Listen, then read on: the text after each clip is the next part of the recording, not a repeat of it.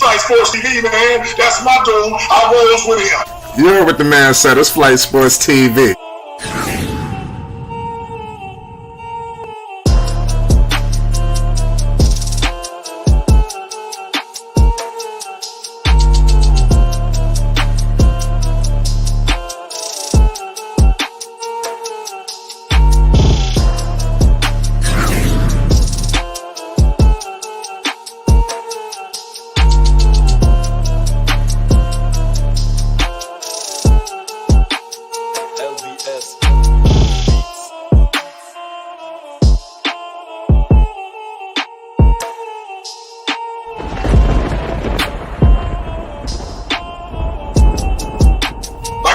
Flight Sports TV, that's where it's at.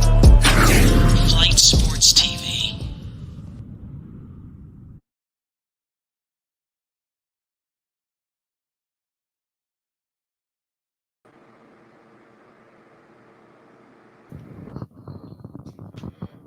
What's going on, people? It's Flight Sports TV. I appreciate y'all for checking with me. I already know what it is. We back with another one of them things tonight. Want to appreciate all y'all for tuning in with us. Listen, we got a lot to discuss. Obviously, a lot of Drew League things happened this weekend involving Kyrie Irving. I want to get into, obviously, a lot of Dallas Mavericks talk, a lot of Luka Doncic, a whole lot of Western Conference basketball talk.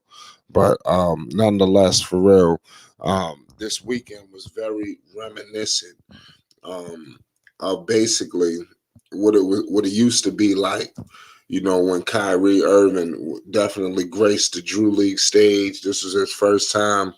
It just reminded me of when you seen G3, G Honcho in there. It was just unbelievable, you know, to say the least. Everybody had eyes and antennas on that situation, just like it was this weekend. The Drew League has never been this electric like it has been. We just got to keep it all the way real with the people. And y'all let me know if I'm tripping or not. Kyrie Irving electrified, just like when Lavar Ball used to walk in the building. You seen when Lavar was there, led to a lot of different things.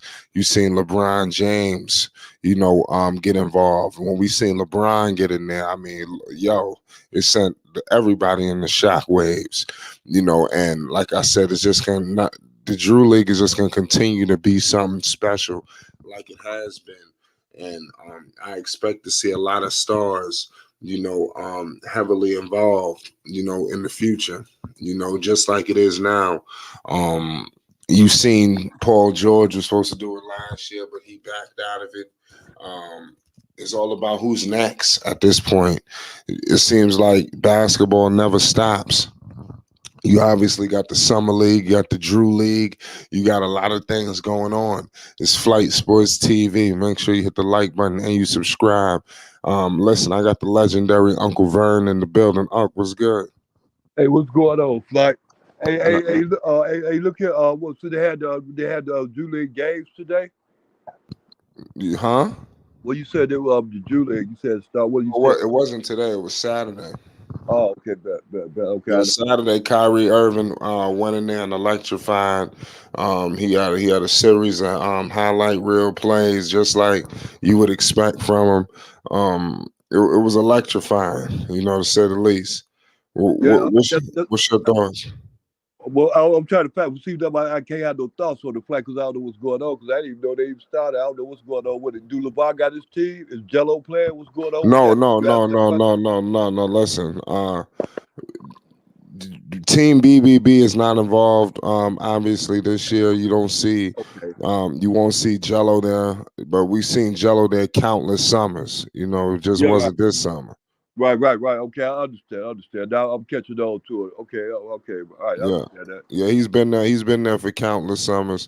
Shout out to Team BBB. You know, definitely they help move, you know, the Drew League forward. You know, as far as it's already moving forward, they got a lot of partnerships with a lot of different things.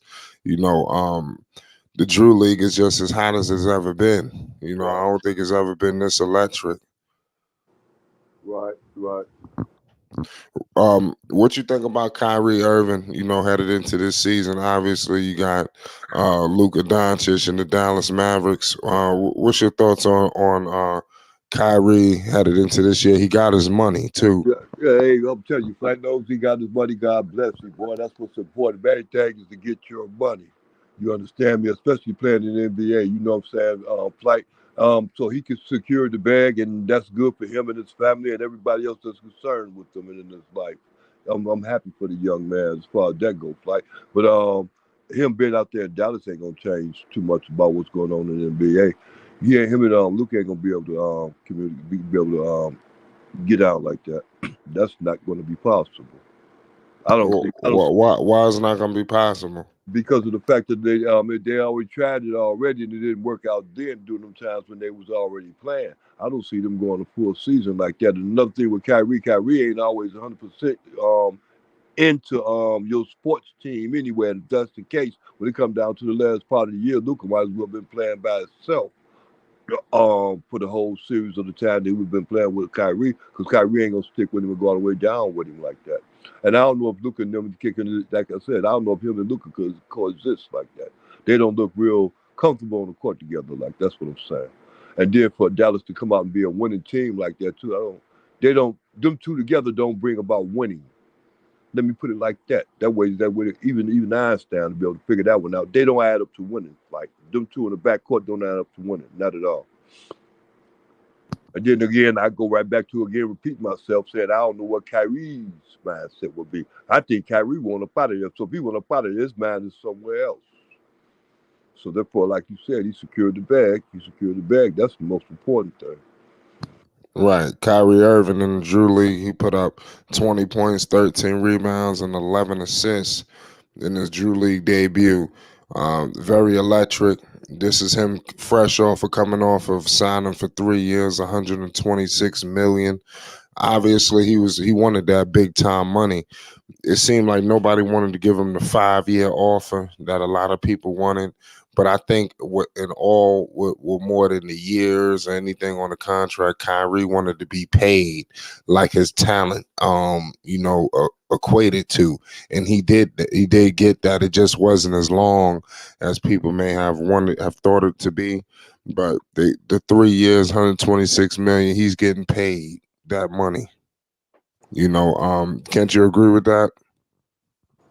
Oh yeah, yeah. Like I said before, Flight, you talking about Kyrie, right? Yeah. Yeah, right. He secured the bag. Like you said, and another thing he didn't secure what he wanted to get.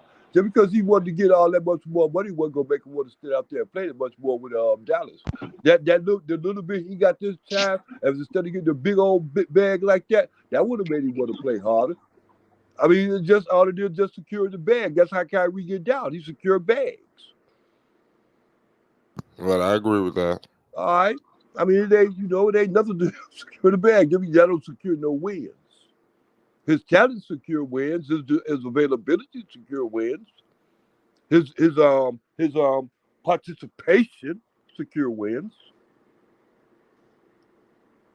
Listen, I got my man. Hold on. I got my man. All Access in the building. Dex was good. Talk to the people. We live. What up, Dak? Yes, sir. Shout out to Flight Sports TV, the machine, the voice of the voiceless, the people's champ, the hottest in the streets.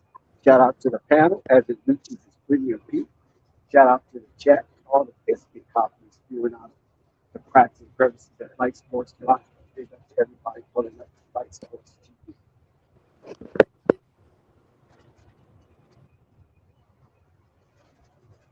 Yeah, we was just sitting here discussing Kyrie Irving in the Drew League, and basically how reminiscent it was to him when Lavar was there, along with G3. Obviously, Melo graced that stage.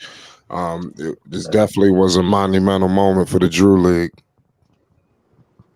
Yep, Lonzo also played in the league. All three of his boys played in the league.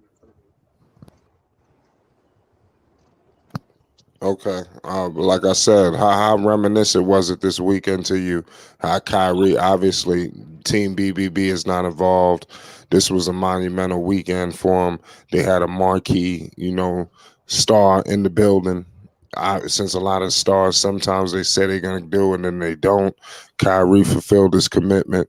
How electric was it, for the Drew League? Well, I think it was big for the Drew League. First of all, shout out to the commissioner of the Drew League. She's a friend of Flight Sports TV, no doubt. We had her on that last year with a wonderful interview, very in depth at its core.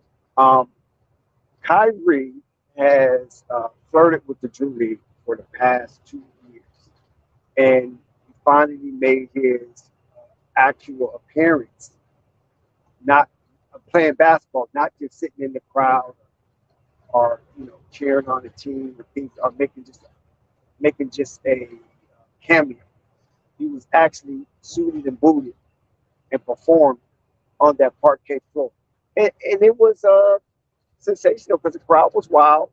Um, Also, he was the first NBA player to score a triple double in the Drew League. So that's monumental in itself. And we know a slew of NBA players, even Hall of Famers, have graced the Drew League floor. And Kyrie was the first to score a triple double. Right, that was a big time triple double by Kyrie Irving. Do you see his game translating into the this upcoming season? He got his big time money, he got a nice deal. It wasn't 5 years, but it was 3 years. He signed. How do you expect the Dallas Mavericks to look this upcoming season? Well, I don't got the Dallas Mavericks winning anything, nor do I have the Dallas Mavericks repeating their success in 2020, was it 22? I have the Dallas Mavericks playoff, and they probably be a second round exit. You said second place. No, second round exit. Oh, second round. Oh, yeah, yeah. I definitely see that. It's all up to Kyrie Irving and Luka Doncic how that partnership works. If it take forever for them to hit the ground rolling, we'll see. Only time will tell. That's gonna be the unbelievable, situation of it all. I like the Dallas Mavericks. They need to add some pieces around these two. But if they could do that, I think they could remain successful. The Western Conference will be a beast. Obviously, the championship is out of the limelight because of, I would say, due to all of the weapons that's out there. When you see what the Phoenix Suns just put on the table, man, that's a whole lot of firepower. It's going to be very troubling and very crazy for everybody to truly overcome that monster in the Phoenix Suns. It won't be easy.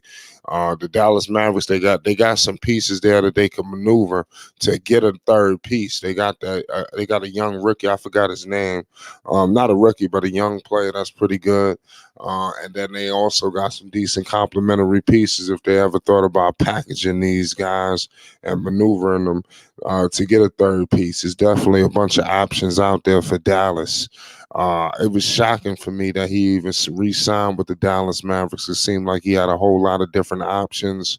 Um, he was flirting around with a lot of different teams. He's courtside in LA. He's basically creating a hoopla, but deep down inside, I guess he was going to re-sign with the Dallas Mavericks all along. I was truly shocked when he re-signed. I thought he was definitely LA bound. I guess he played with everybody. But Dallas, and all in all, had the most money to offer him. So it was truly up to Dallas at the end of the day. How much were they ready to cough up, and what was Kyrie willing to accept? He just wanted to get paid as his talent, equated to, despite a lot of things that people would say off the floor, things that Kyrie deals with. Obviously he's much more than a basketball player. And sometimes people view that a certain way and they want to penalize him for it. And sometimes they want to play with his money. And Kyrie took a strong stance that his money was not going to be fooled around with, and he was paid adequately. Now it's time for the Dallas Mavericks. You got your stars intact. Luka's locked up. Kyrie is locked up. Now it's their time. What are they going to do now? They have to put the winning formula. They got 3 years to figure this thing out. Jason Kidd is at the helm. I like Jason Kidd. I think that he is definitely the coach to lead this team. You got two guards, and people would say arguably one of the best guards in the history of the game of basketball. And Jason Kidd, he needs to be the guy to lead these guards, and hopefully he can give Luka Doncic the keys to maneuver the basketball. He don't have to do 50 million things that he was used to doing before. He could actually let Kyrie come in, alleviate some of the pressure, alleviate some of the heat, that he can go out there and really thoroughly attack the game in another level than we're accustomed to seeing. Because Luka Doncic burns himself out. He's running a one-man show. Some of that stuff needs to slow down now with the roster getting bolstered with all-star talent all over the board. Hopefully they do land a third option. And then there's Wild Wild West. You have to add a third option. The way that the NBA is set up now, the way that these guys have basically, I would say Phoenix, they kind of gridlocked the system. I like how we had the two-man game. It was the duos. But then now they went to the big three era again. Now, in order to be competitive, I think you have to add that third option. That's why you see my man James Harden trying to flock out to the Los Angeles Clippers. You're going to see a whole lot of that now, where you're going to see three stars trying to link up and do this three-man game once again. But it's not a foregone conclusion, that Phoenix does anything, because I just don't think so. The dynamic is not as strong as it was with other big threes. And we've seen big threes fail in the past. So let's not make it seem like every time they've thrown three stars together, shit has worked out. We've seen numerous failures. Let's hope that this isn't a failure in Phoenix. And I'm not advocating that to happen, but it could happen, in my opinion. You got a lot of Robins, and let's see who the hell gonna be Batman, especially in the clutch. You would think KD, but KD wanted somebody to alleviate the pressure off of him. So there's a lot going on, in the Western Conference, and there's gonna be a lot going on throughout the duration of this season. A lot of things to shake out. It's gonna be crazy, to figure out who is going to be some of the last teams standing. Because everybody's got a stake in this race. Denver feel like they just gonna run back away with this thing, and numerous other teams. Chris says D'Angelo, LeBron, and AD. Well, I would just say LeBron and AD.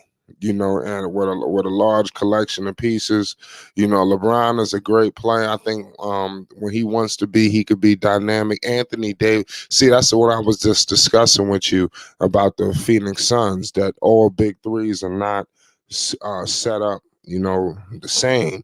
They don't have a big man. Ayton is there, but I mean, Ayton could be dangerous. So let me not say that. Maybe these guys inject some kind of life into him, pause, in terms of getting him to play up to his potential. And if they could do that, I mean, sky's the limit.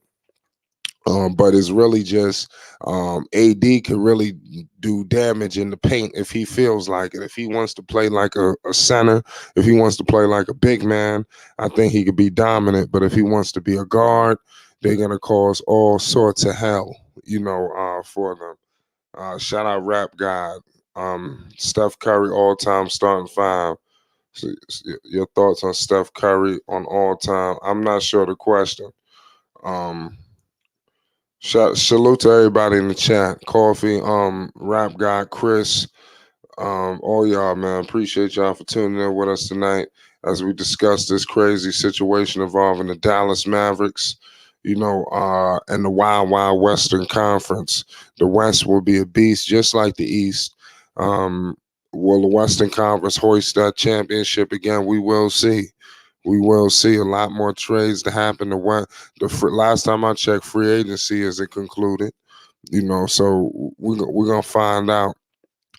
Let's see if Dallas. I believe the kid's name on the Dallas Mavericks, his name is Green. I don't know if his name is Josh Green, if I'm not mistaken. I'm gonna look up that name for you. But that kid, I think, is serious trade bait. If you are familiar with him. His name is Josh Green. He plays for the Dallas Mavericks. He was the 18th pick in the draft. He averaged 9 points. He's got a good future. I think that the Dallas Mavericks could use this kid, in the trade, possibly with some of these other guys they got on the team, and get a third option. That's just what I'm throwing out there, and I think that's going to happen. Remember, I told you that I think that I say Dallas gets a trade for a third star.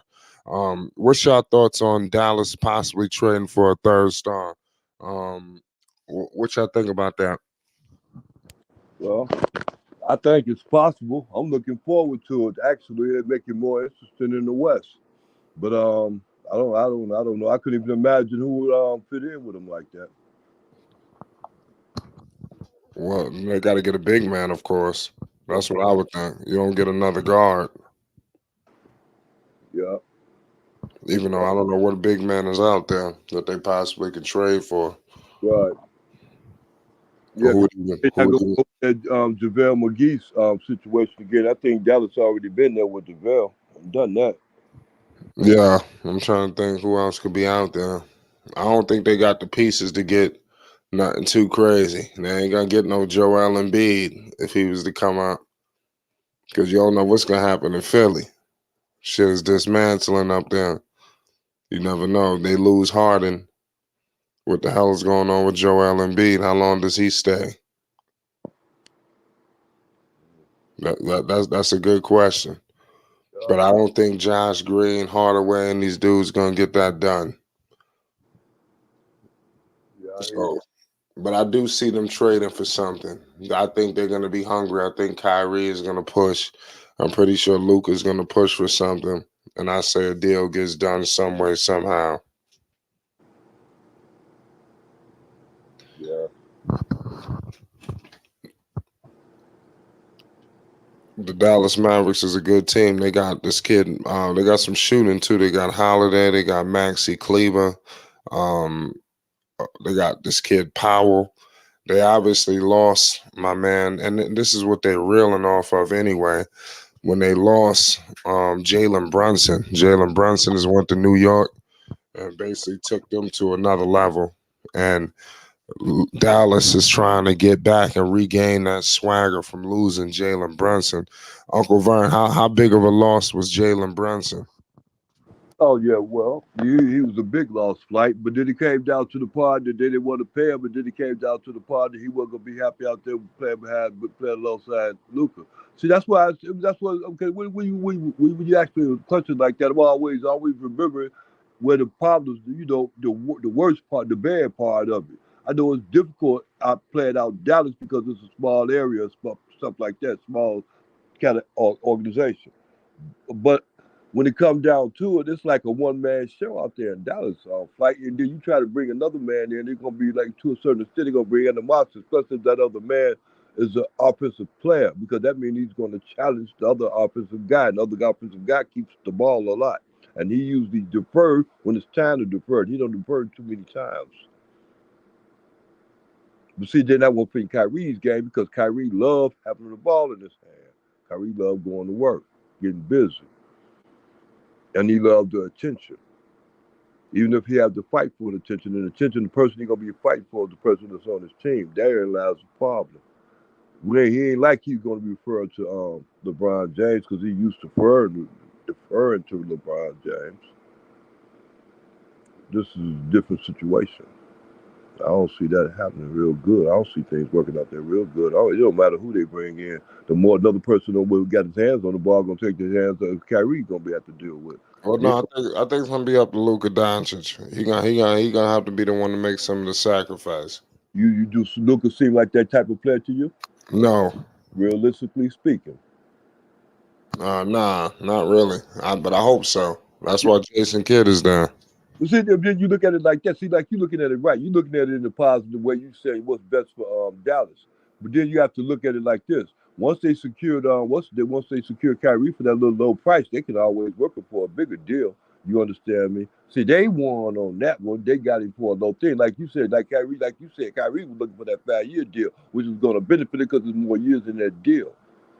You know what I'm saying? But then why like Dallas got him for now, then if they still can come across with that, And LA still want to get him out there. They can work up 5 or 6 first round picks or whatever they can work.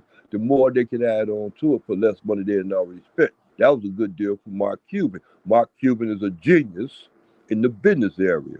So yeah, that hit his business real good. As far as Dallas going out winning championships or winning any kind of getting into the playoffs shouldn't be a problem. But succeeding into the playoffs, like Dex said, going like the second round, it's all over. That's a done deal. I don't see that's good money spending on Kyrie going off in the second round. Like, Well, we're gonna have to find out. I mean, I definitely see them getting out the first, second round. It all depends on the matchups. But you're right about that. They definitely, like I said, we're gonna have to figure this thing out. Dallas, it's up to Dallas now. You know, the players are locked up. They don't have to worry about the future of Kyrie Irving. They traded everybody for nothing. They lost Brunson. They can move on, and now they need to build around these two players. I don't know how the perfect build, it is, but they need to try to finagle some pieces here around, on this roster to better complement these two. But I do see them playing better than they did. It seemed like it was like a big, cluster with them two this season because they got thrown together. Was it at the deadline? But I think with a training camp, I think that changes a lot. How big you think the training camp, all that good shit? What do you think about that? well, with me, as far as the training camp go, you got to realize Kyrie been through a lot of training camps, so it's really not going to be nothing real. It's nothing like that. Ain't nothing he coming in on the new about, nothing like that. So it's like what he's thinking, what's going on in his head, what is he trying to work out, what his business arrangements are, stuff like that. But as far as being excited, I don't see him being excited coming into. I don't see him being excited coming the, into the organization of training camp or any other kind of camp, as far as that goes. I see him being upset because he didn't get what he wanted to do, and that was get up out of Dallas, and that was to probably get up in L.A. or somewhere, but he didn't want to be in Dallas stuff like. So then, like when it comes down to training camp, you ask me about the question of training camp. That goes right back to that. I don't see him being excited about that at all. Going in there doing what? Fighting for a position that he already got. He ain't fighting for no position. He want to go in to see how good if anything, he want to go be curious to see how good this team gonna be. And to a certain extent, he probably already know that just from being there last year. See what the young guys gonna do, and he ain't very much on young guys. Remember, that's Kyrie. Good call. Good call on that. Who's gonna be the biggest threat, to the Phoenix Suns outside of Denver? Oh man.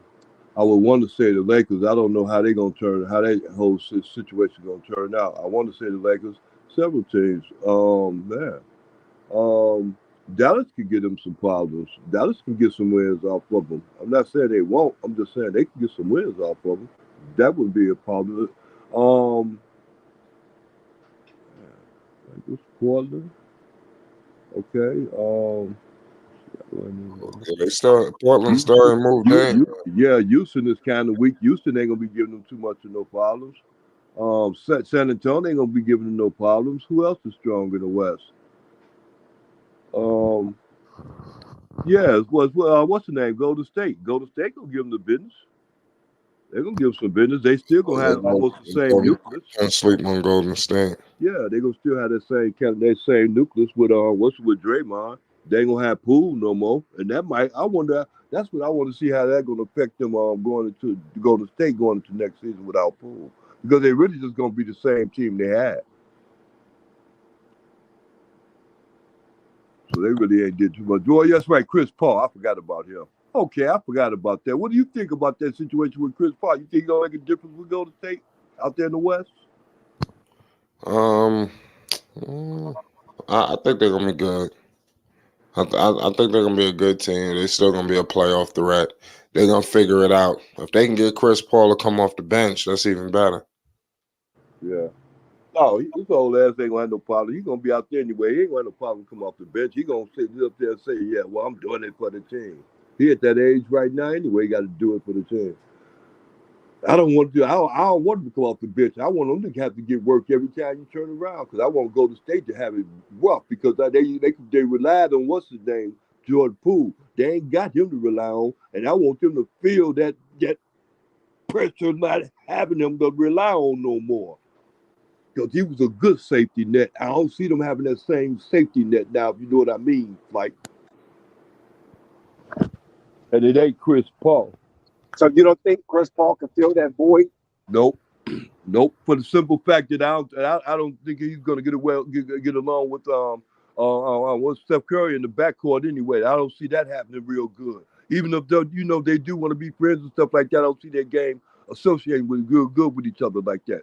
Not even the fact that he's gonna take the ball out of Steph Curry's hand. That's not gonna happen because he know to get the ball up and then Steph Curry go to work. He know that. I just don't see that them two adding up to win the championships, Dex. That's what I really don't see. I see them going to the playoffs with it, just their talent alone to get them into the playoffs. But I don't see that adding up to winning no championships. So I'm see them struggling a whole lot of games out there in San Francisco. That's what I see, Dex. And I don't see Chris Paul helping out at all. Not the sitting his old ass on the bench because he hurt. Even more so, or losing that spot. Now, Yeah. but you got to remember now, Klay Thompson is older, and he didn't have a terrific season last season, so maybe his minutes could be cut into as well. I agree. I agree. But I don't. It could be, but I don't see that happening because Klay Thompson still got his rep, and he ain't gonna be losing no minutes. You understand me, Dex? He gonna get the minutes. So they ain't coming in like we playing with anybody minutes. Y'all still gonna get Draymond gonna get his, and Steph gonna get his. As long as they sit up there and be available, they gonna get the minutes. So I don't see nobody messing with their minutes. Pretty soon they gonna have to start making arrangements like that because their minutes not gonna add up to their existence out on the court is not gonna add to win the championships. So what about Andrew Wiggins? There you He's go, going to have to man. incur minutes. Well, Andrew Wiggins was getting his minutes though. They were suffering. Actually, they were suffering when they didn't have his availability. He might get more because Poole is gone. Yeah, I agree with you, and I can't say that Andrew Wiggins don't move the needle. He do move the needle, but it comes down to his availability though. But I ain't questioning that he gonna be good because of the fact that they need him to bag up that reason for having Draymond Green re-signed again. I didn't even understand that move right there. That's another move I didn't understand, but I feel as though they had to because they got rid of Jordan Poole. So they can't make everybody happy, getting rid of Draymond Green and Jordan Poole. They messed the whole situation up. They asked, what's wrong with y'all? Ain't no problems now. The problem is gone. Whether it was Draymond or whether it was Jordan. But evidently it was a problem. Yeah, but also, Flight brought up the Phoenix Suns, and he mentioned them like they were somewhat indestructible. He mentioned them like they were somewhat impenetrable. That the Phoenix Suns have the upper hand in the Western Conference. Even though we just saw what Denver did, we still say the Suns going to have it because of what? Because of the acquisition of whom? Well, I said outside of Denver. Yeah, I know. I heard you when you said that, Flack. That's why I was going outside of Denver. I wasn't mentioning Denver. And I knew Denver going. Denver, the goddamn champions. They running. You can't even to a certain extent. We can't. You put Denver. Be realistically speaking, you can't put Phoenix past Denver right now. Not the way Denver handled Phoenix. So I think Denver got Phoenix number, Dex. But therein lies the problem because they got a new acquisition. That new acquisition is going to be getting a lot of playing time. He changes things. Bradley Beal. So, yeah, it's a difference. But right now, you have to go with Denver. Just on the strength of Jokic alone. Just like if you go with Milwaukee, you got to go with Milwaukee just on the strength of Giannis. Yeah, outside of Denver, man, Denver gonna be a problem again, just like they always are. Man, baby, but look here, Bob. Like, but Flight, don't be realistic, Bob. Don't be ridiculous. Look here, I'm gonna tell you something. what you want to like about with what what's his name Durant. Kevin Durant is doing right now. What you want to like about that is he's interested. He's showing interest that he want to make do something in over in Phoenix. You don't see that with Kyrie over there in Dallas. You know, you don't see that same kind of mindset, same kind of interest coming out of Kyrie over there. So that's what I mean by KD is on point, and he's looking forward to coming back and then doing what he gonna do with these guys right here. He's looking forward to it. So I really see any number of bright stars and a good future for him because he didn't overcame that problem. He already knew what the problem was. He had to have somebody else besides what's his name the light skinned guy. I can't remember his name. The forward. What's his name? Booker. What was his name? But then he had to have somebody else for him. You know what I'm saying? You get points and stuff like that. Now he got a good flow. He got a flow general and a point getter. Boy, Bradley Beal is that guy, man. That's the kind of guy you really. Yeah, if you want a third option, he's a third option. Like that's what they needed. They needed a third option. They had a first option and a second option. Booker, yeah, Booker. Yeah, they had a third option, a first option, and a second option. Now they got a third option. They got a real third option. Dallas got to get a second option that want to play, that want to fit in and get in. They're already ready out there in Phoenix. Man, what's the name? Denver, all they got to do is just pray they can come back and do half the stuff they did this season. That's what they thinking about. Man, boy, Phoenix got a whip. You don't feel sorry for Phoenix. They coming, flight. Yeah, that's who I would have seen come up out of there. Yeah, Phoenix, and then that'd be good. That'd be good. See, this is the thing with that though. They can't sit up there and say, "Well, KD went out to another team that was already together and everything else." Evidently not. He went out there and got beat by Denver, by Jokic, the MVP. I might add. Everybody got beat by Jokic. No. Jokic ran the gamut. Hey, Dex, I'm not Cat, going to do right? Dex, DeAndre Ayton and Anthony Davis. Okay, now Dex. And then he went to the championship and ran through. Okay, hey Dex, I agree with you that everybody got beat by Denver.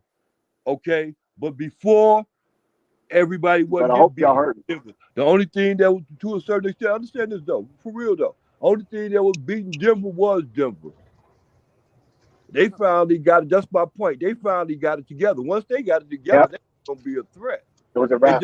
They finally got it together. I don't know if everybody came up healthy or they got a couple acquisitions in to get in, but man, the only thing that was holding Denver back was Denver, Dex. In all reality, I think what got Denver over the hump is Jokic playing within the framework of his skill set. Because once he knew last season he was a 6 seed, and he did that without really no help. You know what I'm saying? Plumbers, barbers, janitors, etc. Substitute teachers. And he got them to the 6 seed, a real playoff position, and he won MVP. So once Jokic saw that he can do that, then he knew that once his guys come back, it was going to be all right. And plus, they got Aaron Gordon at the trade deadline. So he knew that it was going to be all right. And Jokic did what you're supposed to do when you are a high IQ basketball player. Play within the framework of your skill set. He didn't go out. He wasn't out there trying to do too much, and he definitely wasn't trying to do too less. So he allowed Murray. He allowed Aaron Gordon. He allowed Braun, you know what I'm saying? Bruce and Christian. And as well, he allowed MPJ to be able to do their thing inside their lane. And Joker wasn't selfish and became an inhibitor to those players' special skill set.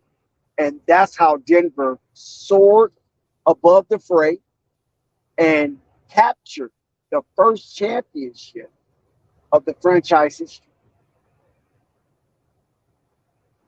I agree.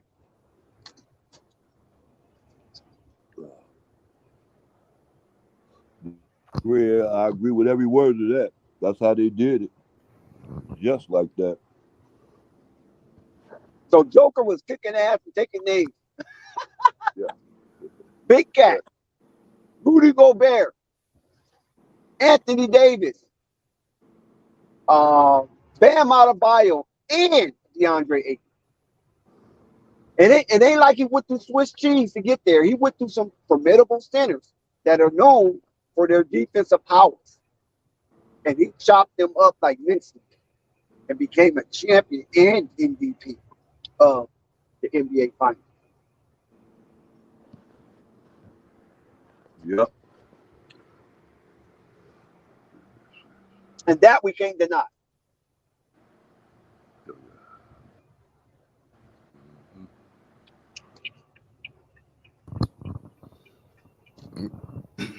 Yeah, man, you can't deny it at all, Dax. It's unbelievable. The NBA season is just fastly approaching. I just can't wait to the start of the season, especially right now. We coming off the heels of the summer league. Obviously, it's no the Drew League. It seemed like it could be. It's always a great event, but in terms of NBA talent, I'm not sure how many more events like it was this past weekend. I know the NBA has been involved heavily with the Drew League over the past year or so, and I expect that to continue.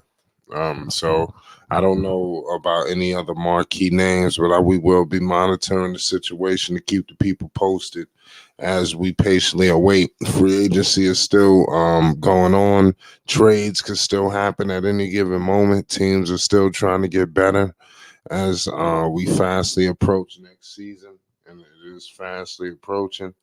Shout out to CW. He says, I'm ready for NBA season. Chris says, yes, Draymond is going to humiliate Paul publicly, probably just like I think they're gonna have a good relationship. That thing is that's very funny. They whole dynamic. Um, they're some funny dudes. They're gonna play really well together, believe it or not. Draymond and Chris Paul. You got Draymond, who they both kind of at the tail end, in their own way, but both of them were pests. You know, Draymond got on a lot of people's nerves. Same with Chris Paul. Chris Paul want to win a championship like no other. Let's see if Golden State got one more last run in them. I don't know though, especially with the West getting as deep as they are. If Warriors lose games, they're gonna fight. Let's see what happens with the Golden State Warriors this year. Steve Kerr's a good coach. I think he's going to draw up a lot of good shit, for them, to maneuver. They're going to be a good team. Just like everybody else, they're going to be a playoff team. Where at in the picture, I don't know. But they won't be in the play-in. I don't see that. Not a Steph Curry-led team. Clay is coming back. How dangerous is Golden State, Uncle Vine? Well, like I said before, Flight, I don't see them being too dangerous. I see them doing a whole lot of struggling. That's doing that more or less struggling. Let's say I see them losing quite a few games more than they lost in the last couple of seasons. I don't see them having a real good successful season this year.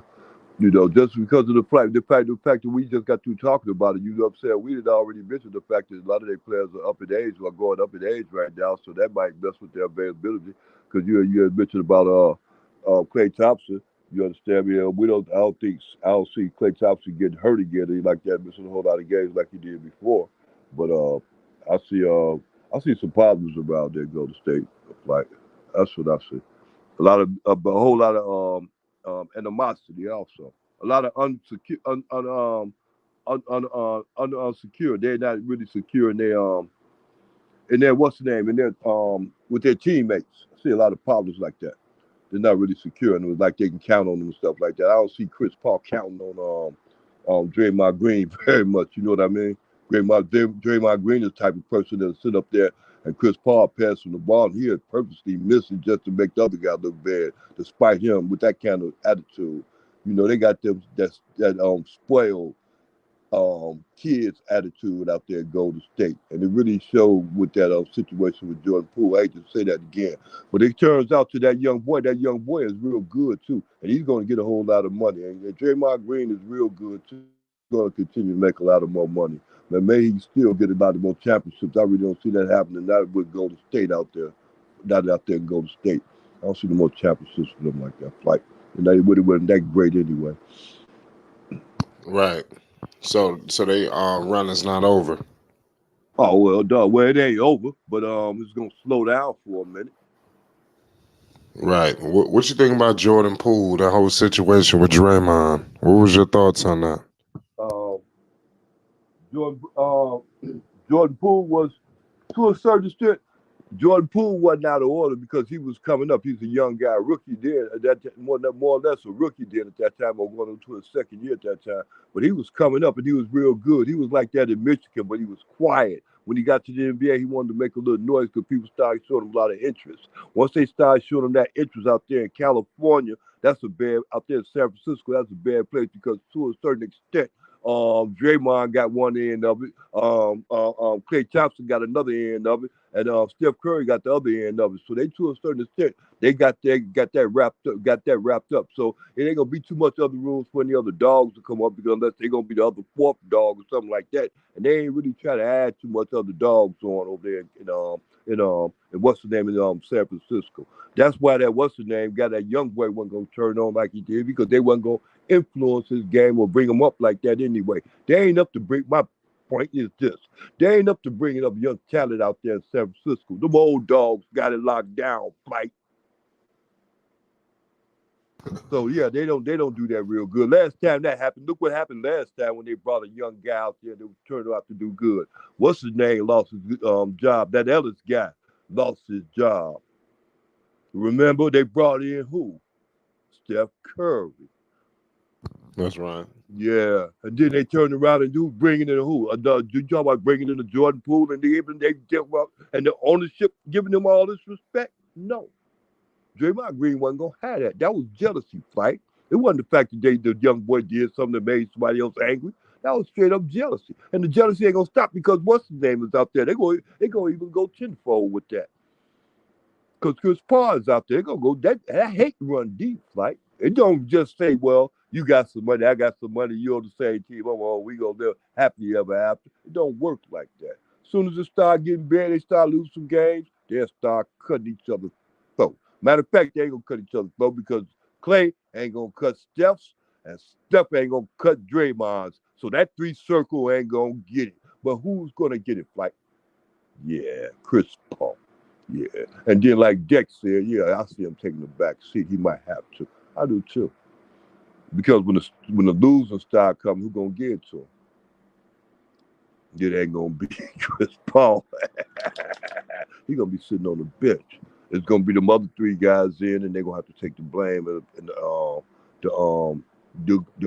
the prestige for it also. But yeah, I see him losing some games. Like I see him losing a lot of games. I see him not being happy. My point is, I don't see him being real happy out there in Golden State. I don't see that. Not this year. What do you We're think? gonna find out. Hey, Play, let me ask you another question too. While we're on it, because I didn't even think about this. How do do you see the West being weaker than the East this year, as far as the talent is? Because you can't too much look at the young talent because they ain't did nothing yet. The young acquisitions, what I mean, you can't look at the young acquisitions to change the level. I see it being weak over in the West. That's my point. It used to be stronger. No, I don't. I think the West will still be Yeah, better. Yeah. I agree because Okay. the East is top heavy. The West is competitive from 1 to 7, Okay. where the East is just top heavy, Right. top three. Yeah, top 3 or top 4. You're right. I agree. I have to agree with that. When you put it like that, Dex, I have to agree. I see you right. That's it.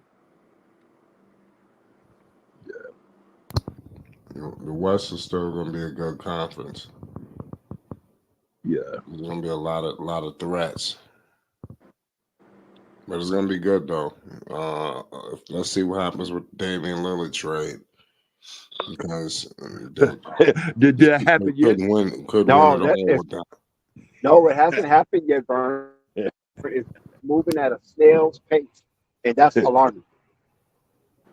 Hey, Dex. When it start moving like that, it mean ain't nothing happening there, right? Basically.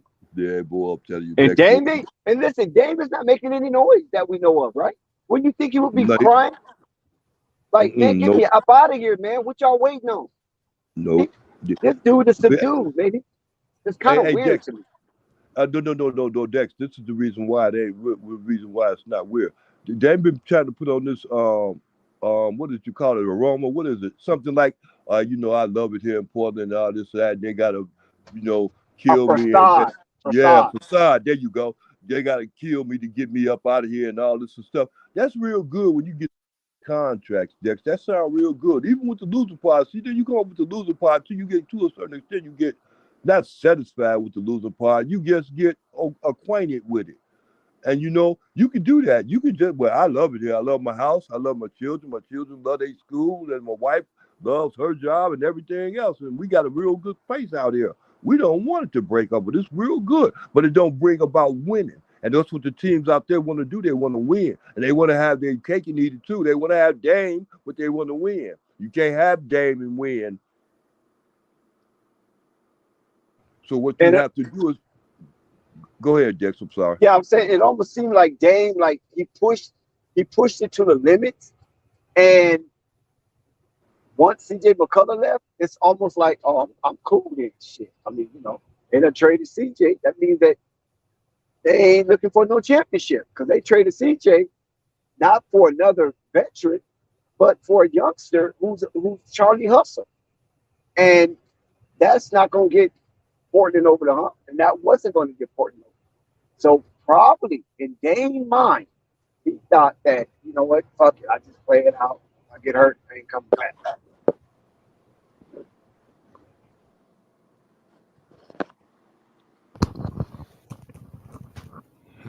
That's crazy.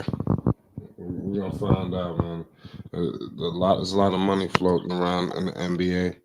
I'm patiently waiting that Damian Lillard trade. I want to see Dame in Miami. At his earliest convenience. So that's what I want to see, and I think that the Heat probably will win the title, despite the West being a better conference. I think that would possibly be the case. So don't sleep on the Eastern Conference at all. There's a few teams that could really thoroughly knock them off, in my humble opinion. Shout out Coffee with your $5 super chat. He says, "Where y'all at? Chat, start dropping that money on Flight Sports TV, hottest in the street." Shout out, salute to Coffee to the world. Appreciate your support, but nonetheless, the Western Conference is just going to be another beast. But the East is some teams that can knock off some squads out west, like obviously at the top. But even Miami last year, they wasn't a top team, or statistically. So despite them overachieving and knocking off everybody, when they got to the finals, they still ran into some trouble, so it's pretty wild. They got to retool to compete against these running gun offenses. That just got all these weapons all over the goddamn board. You need another option, especially if you're Miami. Bam is not a scoring threat. He's a great big man, but he's not a Joel Embiid. He's not a Karl Anthony Towns. Just give me some points. He's not going to give you that. So if you Miami, you need Damian Lillard there to help out Jimmy. And then that'll be crazy. Who closes in that dynamic? Who closes in the dynamic in Miami with Jimmy and Dame? Who are you giving the ball to in the clutch? I say either or. You said either or. Okay, That'd be crazy because it got to be Dame time, and then Jimmy. Jimmy's kind of good in the clutch too. I don't know if you take the ball out of Jimmy's hands,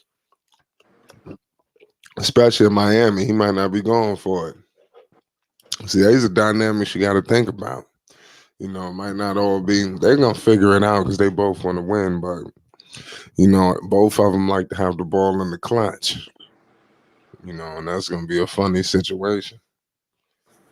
I wouldn't say that because of the fact that well, I have to say that because Ben Jimmy get the ball like Dex said. Ben Jimmy get the ball for Miami anyway for the longest.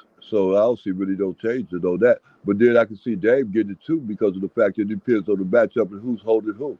How they want to run that offense. I'm saying, bringing it into who the strongest guy is, who they got on them. I think it would turn out to be like that too. But I don't think they'll go wrong by giving it to Dame Dollar or to Jimmy. Because they both set themselves right. They put themselves in position to be able to handle that situation. So they both can handle that situation. That's just insurance. It's like a kickoff. You got two guys that's got 4.3 speed. You understand me? So you get the ball to either one of them. So they kick the ball off, let either one of them get it. It don't make a difference. It ain't said, well, okay, now you get it this time. That's how it works with them two. Yeah, that's not going to be. That's the least of their concerns. Who to get a ball to at crunch time. That's not going to be a problem at all. And matter of fact, let me just put it like that.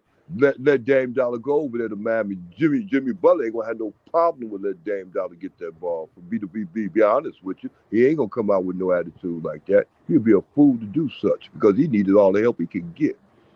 And I don't think he's no Draymond Green type person with that kind of attitude. I know he all into himself, but he ain't that far into himself when it comes down to who's gonna get the ball. When it comes down to him and Dame Dollar. They would have a Dollar's resume. I'm sorry, Dex. Go ahead, but he need to check Dame. I know my phone going in now. Go ahead. Yeah. No, I'm saying that they will have a strategic advantage with those three because Dame can control the world outside of the 3-point line. Butler can control the world within the mid-range section. Right. And Bam Adebayo can control the world in the restricted area. So with most teams, they would have a strategic advantage if Dame Dollar was to come over to Miami. Yeah. I agree. Yep, I agree. That'd be the best place for him. Even better. That'd be better. I can see it'd be better for him going to Miami than going to LA. And LA be a wonderful place for him to go to because he could just sit there and retire. But I can see him going to Miami and actually win some championships, especially coming out of the East, because just what you had said earlier about the East being top heavy. Once Miami gets strong like that, they gonna be on top. And then teams like Philadelphia and Milwaukee, and not even considered the Bulls now at this time, but teams like those teams right there, the top heavy teams, they have to catch up with Miami there. The same way those top heavy teams out there in the West Coast have to catch up with the Phoenix, catch up with the Denver Nuggets, or now with the Phoenix Suns because of the acquisitions that they just made. Now they play catch up in the East. They play catch up to the West. Let them get Dame Dollar in the East. Oh, I'm telling you, Miami. Oh, I'm telling you, they be the shit there. Yeah, they'd be the odd favorite if Dame Dollar was to go to Miami, because one thing about Miami, they're gonna leave it all on the court. They're not gonna take nothing into the locker room with them. So that's dangerous in itself. And a lot of teams don't carry that kind of mindset to leave it all on the court. They want to, take some of it home, take some of it to the club, things of that nature. Miami, the way that they have settled on this NBA landscape, they're not leaving nothing on the court. They're leaving everything on the court and not taking anything with them. That's what makes them a dangerous team. So Dame Dollar was to come there and inherit that kind of mindset too. Oh man, it'll be ugly for the NBA. And you know what the deal is too though with this Dex. Portland pretty soon they're gonna have to get it off the pot. They're gonna have to do one or the other because right now they're in a situation that they can't really hold on to Dame like that because he's gonna be set. You understand me? And they're gonna have to start doing something with Scoop coming in up off the back. You understand me? They're gonna have to position him to start fitting him in around Dame Dollar. And that ain't gonna be a real easy acquisition. That ain't gonna be a real easy fit or a real happy team at that time. So it's gonna be a lot of problems with them. They have to move Dame real fast, just on the strip. And then they need to move him real fast because of the fact that just like you said, your man can you just said he ain't making noise yet. Yeah, he hasn't screamed out or anything. He's not out there howling at the moon saying he wants out of Portland. So that that in itself is giving Portland plenty of time to do what they need to do. And if That, Dame don't get out, yeah, he go can ahead. end up getting screwed. Yeah, and matter of fact, I think now that you mentioned it like that, you get said like that. I think Dame had to sit down. I think he sat down and talked with them and gave them is giving them not gave them but giving them the opportunity to get him up out of there real fast and get him to out there to hopefully Miami. But I know God dang well gonna be somewhere in the East because it dang sure ain't gonna be in the West. Yeah. Yeah, because Portland got to be careful. They're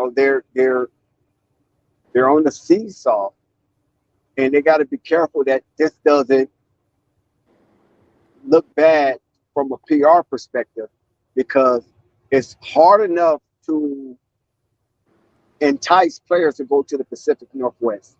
And if you treat Dave with disrespect, with utter disrespect, then it's going to be even more difficult in the future, because this is going to be the benchmark of how Portland treats its superstars or shoe-ins for the Hall of Fame. And I think they got to tread tangentially on how they move with this situation with Dame already requesting a trade. Yup. Yeah, I agree. Yeah. Mhm.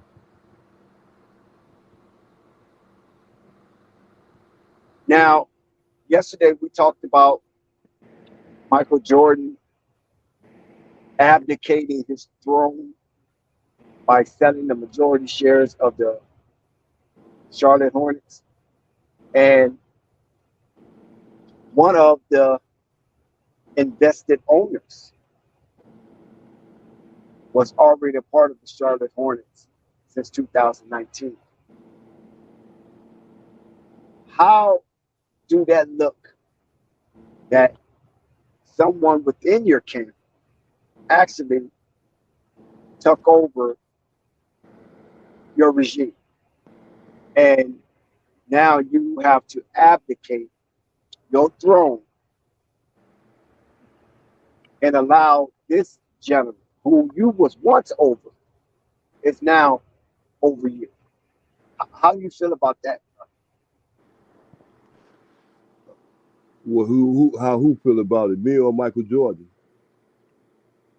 How do you feel? Oh, about I think this, like I said before, what I said before, Dexter, that chicken's coming home to roost. Michael Jordan wasn't doing what he's supposed to be doing with that organization anyway. 9 times out of 10, if you got a business like that, Dex, you a billionaire, you got a business like that, and you got your hands in a lot of things.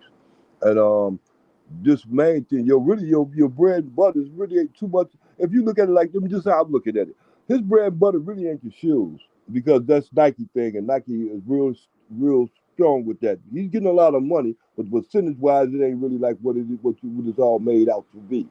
But then you look at it like that, he's like in $1 billion. He's dealing with an organization that's trying to horn it. He could get billions up off of that thing right there, and he can sell that and sell whatever he got and sell parts of it and still be filthy rich. So he's not, to a certain extent, on that business side, he's not struggling. He made a business decision, whether he needed the money or not, regardless of whatever happened in the background. He had to come up with $3 billion, or he had to come up with such and such and do this at a certain time, whatever. He made that deal. That's the business deal. That's just the business side of it. He gave up. That's on him. Whoever acquired it and got over on it, that's good business on their part. The thing is with him, what messed him up anyway was the fact that he was making bad business decisions as far as that Charlotte Hornets basketball team go. I ain't talking about the Jordan brand, the basketball, the Charlotte Hornets basketball. He was he was 50-50 at it. And all you can do is, like in your words, Dex, all you can do is stay just above water, being 50-50. So I'm glad he gone. That's my whole thing. What I said about it. I'm glad he gone. It took long enough. I wish he would. I wish he'd have did it when they were trying to get Melo out, get Lonzo out there. Yeah. I'm glad he gone. Glad. I'm hoping that he don't have that much say so about the Charlotte Hornets organization as far as whom, what, and how they're going to go about dealing with their future. Well, we But kind of got a he glimpse. got that money. I'm sorry, those Dex. It seemed like he is going to be involved. It seemed like the thing is he's going to be involved. So I mean, I don't know. Well, I mean, you can't push the Charlotte out totally. I mean, Michael Jordan is still looked upon as an icon in the basketball world, and that's global. You know what I'm saying? So to have him still on the board of the Charlotte Hornets within that organization, that circle of winners, I don't see it to be a bad thing. But just to, I mean, like my business, for instance, if I own my business, I have to sell majority of my business, which will render me at somewhere in the 40s or whatever. And I'm watching the thing that I developed for 13 years being taken away to some degree, and watching somebody else living their dreams through 13 years of sweat equity that I put in this organization. That's all I'm saying. Dex, hey Dex, stop right there. Let me say this right here. Let me mention the name. Okay, Cole. You familiar with that name? Talking about J. Cole? No. I'm talking about the white guy, one of the rich men in Wisconsin. What is his name? Cole got the stores. That man, the one that ran. Who did he run? Not the Green Bay Packers, but what team did he own? And he turned around and sold it and gave it. Oh, who was it out here? And was it in Milwaukee?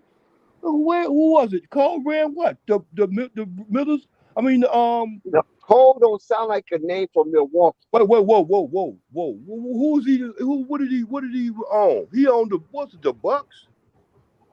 Cole, Cole. K. Cole. Was it the Bucks? Yeah. Khan, Khan. No. Cole. I What's his thought name? the Larson. Hey, wait, the hold Larson on. Hold was on for a minute. on the Bucks. Yeah, exactly. He owned the Bucks, didn't he? And then he wound up selling the team. But he showed it. It was the Bucks because they built it. That's when the new ownership came in and built a new thing and everything else. But he still got ownership. Cole, that's my point about Cole. Cole still got ownership and everything else. He still getting money with him, but he ain't got no say so about nothing about how they gonna go around. The new owners gonna go around doing their business. Like, there you go, Bucks. Yeah, Cole. And it was just like he owned the Bucks. Top, front, and bottom. But then once he sold that majority share, Dex, only thing he had interest in is go about what the Bucks did about the naming of something and then doing something else. After that, it was all over with. And then I guess he wound up passing away not too long after that. But this is my point about that Michael Jordan thing. I hope it ends like that cold thing did. He ain't got to just pass away, just going on. Yeah, right off the sunset. Yeah, Yeah, I don't think Michael's riding off to the sunset no I time don't need soon to. on this Harley Davidson. Yeah. What? But that it will all right off into the. I just seen him in the Mercedes just out there wanting to fight out there. He out in L.A. Oh, he out there kicking it now. He out on the town now. He out there with what's the name of them out there in L.A. with the gangbangers and Charleston White them breaking up fights. Well, I'll tell you, go ahead, old Mike. I got it. Yeah, Mike was hanging out with Magic Johnson also on the big yacht Okay. Yeah, on the Mega yacht yeah, probably in the so. French Yeah, Riviera. I saw him on the on the video with Wack. He was on the news coming out of a party, something, a club or something, and he was with Wack 100 coming past Wack 100. And Charles White was out there arguing and fighting, and Michael Jordan came past, told him to cool out, break that stuff up, and told him to cool out. Yeah, they walked off. Yeah, I saw that. Yeah, that was a couple of days ago. Matter of fact, that was probably about 3 or 4 days ago when this happened over the weekend. Yeah. So we're gonna see what direction the Hornet takes, because right now, to me, what they got is not enough. And I hope they feel the same thing. And we both echo the same sentiments. They do not have enough. Say it again. Say what? Say they don't have who? Yeah, the Charlotte Hornets don't have enough. And I'm hoping they echo the same sentiments, that they realize they don't have enough and start, moving forward to making Charlotte a relative team when it comes to competition. All they have to do is make it to the playoffs, Dex. They make it to the playoffs and win some games, Dex. I see that as being a large improvement. And they did that 2 years ago. I mean, a year ago actually. Season before this season here, they went into the playoffs.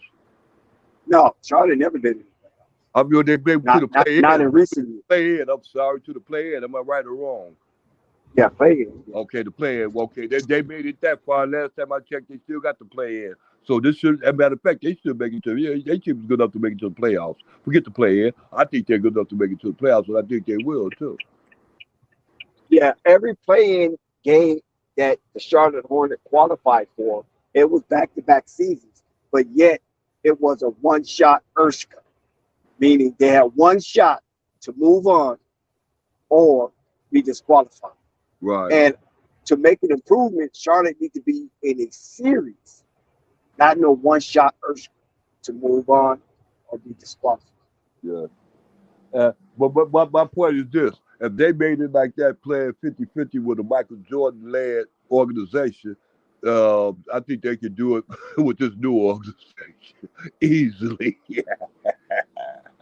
Boy, I'm telling you. Yeah, I feel the return of Miles Bridges is definitely going to help that cause, because the mindset that Miles Bridges should have, and that I encourage him to have, is the mindset of a maniac on a revenge tour or redemption tour, depending on the nature of your attitude. You want a revenge tour or you want a redemption tour. Either or is okay with me, as long as it's capitalized.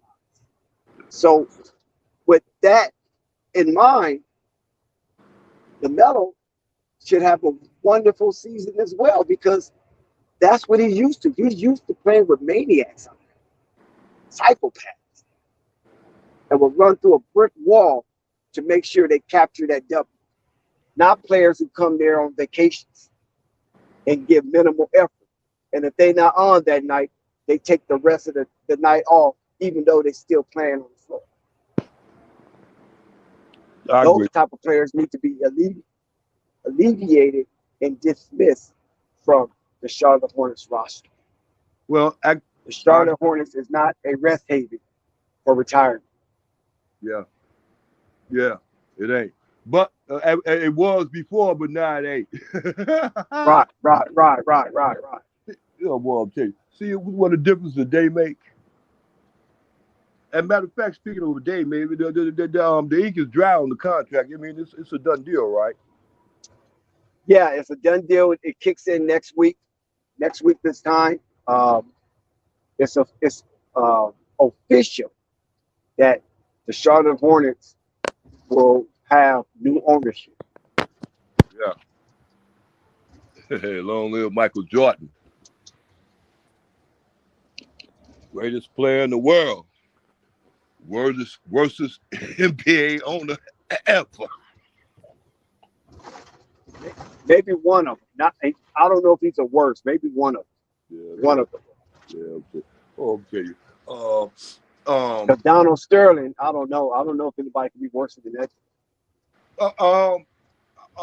Okay. I can agree with that. Look here, I can agree with Donald Sterling. He makes what make him a better owner, not a better person, but we talk about ownership.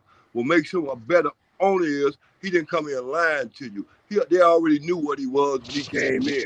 He didn't know what Michael Jordan was. Michael Jordan was a jack of all trades. He sit up there and always bring business first, but make him seem like he's always for the little guy. You understand me? But when it comes down to it, it ain't no little guy. Not with him. So that's how Michael Jordan's mindset is, and it always been like that. He always been that guy. And all the decisions, when it come down to it, even when it was the general manager, when he had the Jerry Krause thing going on out there, he was fighting Jerry Krause every time he turned around. He still manipulate and maintains his strength. He can't do it now, Dex. This is the point. Even if he wanted to fight, scratch, and do everything, even if he wanted to scoop, let's put it like that. Even if he wanted scoop, man, the scoop, he gonna be my next. They said the new ownership said, "No, we don't want Scoop, Joe. We won't do down here. We want him. We don't want Scoop." And he had to go for it because he had to. It ain't that he was forced to bow down. He had to go for it. It was for his best interest to go for it. Not that he thought he was gonna lose billions and billions of dollars in this deal. He didn't have no say-so in it. If he wouldn't have done it, Mitch Kupchak would have did it. And what make you feel that Mike was forced to take Brandon Miller against his will? Because he was forced to go with my thing is this. It wasn't his decision to get Miller. His decision was to go after the best deal, which was going to put the most butts in the seats and everything like that. He wasn't looking at what was going to be beneficial for Charlotte. He was looking at what's going to put the most butts in the seats. And he needed to go at that point guard position. He needed to change that point guard position. He needed to bring in a better book night. Now, you sit up there and he did all them things and jumped from all them places just to get book night, trying to make him a point guard, which was never going to happen in life. Bad business decision, bad team-wise decision, Michael. So he still had to conquer that. So he going to do double. He going to get a Scoop. Scoop got the name and everything. He's not really a good point guard because he's not really, he got problems in that point guard position thing, but he's a scorer. Which lies in the problem because you already got a 6'9" point guard who's a scorer. So you want to get that, he had to bring a problem on. So this is a problem he wanted to bring on. He wanted to bring Scoop so they could have that same Dame problem over in Dame. They wanted Charlotte to pick up Scoop so Dame Dollar wouldn't have that problem. Because you can't put Miller at no 3. I mean at no 2 or at no 1. Or you can't put him at a 1. Now they gotta put Scoop at a 1. Scoop should have been messing stuff up, Dex. And he was gonna mess it up for Charlotte, and he was gonna mess it up for Michael Jordan. Michael Jordan couldn't help but go along with the wishes of the new regime. That was their wish, it wasn't his. And he wasn't going, he tried to make it seem like, well, this is who Melo will.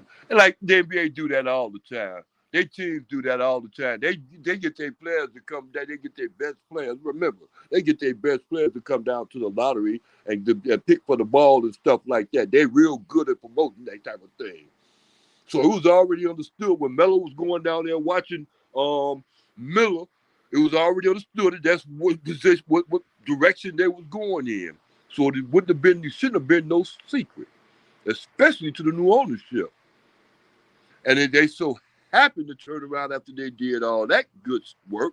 They can turn around and sign Melo to a $260 million contract because Melo's happy now. If they'd have got Scoot, I wonder if Melo would have. I wonder if they got Scoot if Melo would have been so fast to sign that contract.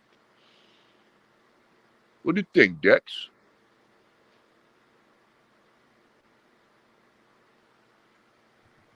I think Melo signing that contract no matter who the hell picked up 260. Yeah, he signed that. I don't think it was going to be ever a problem. I just believe that Michael Jordan would have fudged on that. I don't think Michael to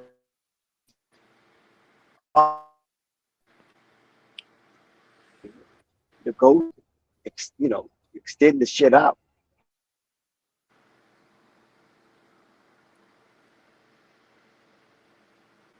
Yeah. Well, I don't know, Dex. Like I said before, it wasn't his decision to make. It was just that simple. He let that be known. Shit. The heck, I look like sitting up there gonna sell you a car, but I want to take the back seats out but keep it for my other car. That's stupid. You sell the whole team as is. It ain't gonna be as is because you want to add something to it. No, we want it as is. I mean, what kind of? I mean, what do you mean?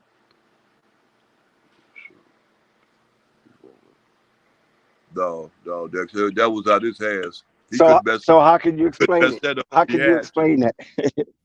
So how can you explain that? Explain what? That that Mike was forced to draft Brandon Miller. Better do ownership. Look, okay, Dex. Look, Dex, I like your car. Look, I like your car. I might have the money to pay for it. Matter of fact, I might give you 2 or 3,000 or 6,000 more than what you paid for.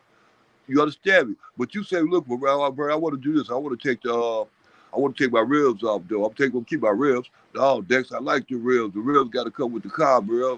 They got to come with the deal. So what do you have to do? Well, either you gonna go for the deal, you gonna sell the car as is, or you gonna take the ribs off and then try to force me to buy it anyway. And what I liked it was the ribs. What I liked it was Melo. Right. I wasn't like it. I wasn't like it, Scoop. Right. See, we love it, Melo. Right. So whatever Melo wants to make him happy, then we gonna get it to make him happy. It could have been somebody fixed down the line. And matter of fact, we're gonna make him happy about his brother. And I pray they do that. But see, that's where I'm headed. That's where I'm headed. I'm on that page right there. If you want to make him happy, bring up his brother, because his ankle and everything is good. So what you gonna do, Charlotte? Right. Right. My point was bring up all three of his brothers, bring up both of his brothers, bring up Lonzo and Melo. It was just what did they reach to get him. If they can reach out and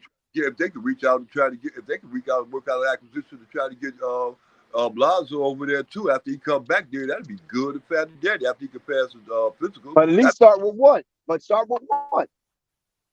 Because the reason why I say that'd be into the players, because that's what they were trying to do before. They just didn't want to spend the money to get them. Right now they lacking at that point guard position because they want to put Melo at the shoot guard. They want to put Melo at the shoot guard. They really want to. It's up their butt hole to do such. So they want to get the ball out of Melo's hand. That's why they've been going on their first round picks. They've been going at guards. Dex, think about it. They've been going at point guards. They've been going at those centers, no forwards. They've been going at point guards. If that's the case, then how you to get back? We get Lonzo when you had a chance to. It was a couple $1 million more. And they still right now there's reports that the Charlotte Hornets looking for a veteran point guard. I Right ain't now, surprised. I ain't surprised. according to Charlotte Hornet News, they still are fishing for a veteran point guard as we speak. So they still tamper with that guard situation. They just want to leave that guard situation alone. Be- because the point guard is the one that runs the team. And usually it's Melo to be the one that runs the team. But when it comes down to that, Melo ain't always in the game. Melo ain't always available. So then they go start taking up losing a lot of games that they would have wanted to win or could have won when Melo was there because they don't have a acquisition that can come in and take the place thereof. They got a lot of off-brand type of guard play. You understand? I mean, they really it's off-brand decks. It don't register to win. They guards don't register to win like that. Actually, they lack it on the defensive end and on the offensive end. You know, if they're good offensive players, they're not consistent scorers. They're not good I mean, assist. they get rid of Dennis Smith Jr., but they retain Theo Maledon. Now, how do that make sense?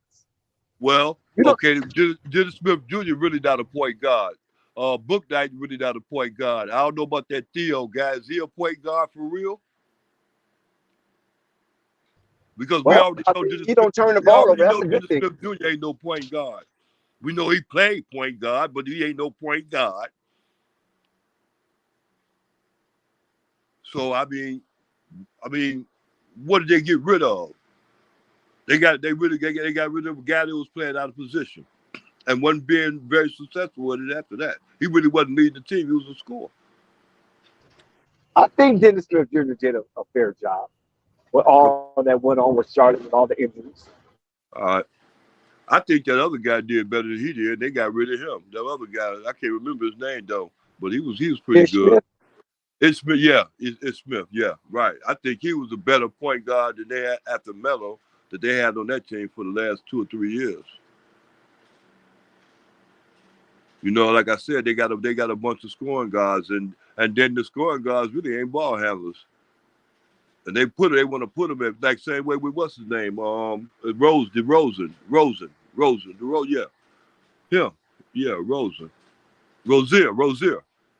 Same way with Rozier, playing out of place. They love to put him at point guard, but he ain't the ball handling guard like that. He can handle the pressure and everything. He can handle it better than the other rest of out of place players could. But just it, they playing out of place.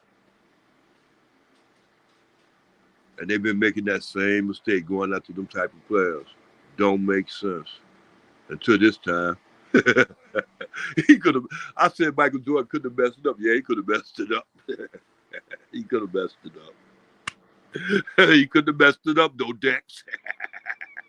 If he'd have messed it up, he'd have got sued. It'd have been a well, no. And let's just say how they was gonna do that. It would have had to come down to the last minute what the rookie they was gonna pick. And Michael Jordan would have had to find a way to come in and say, hold on, took over the microphone and say, okay, we're gonna go with what's the name?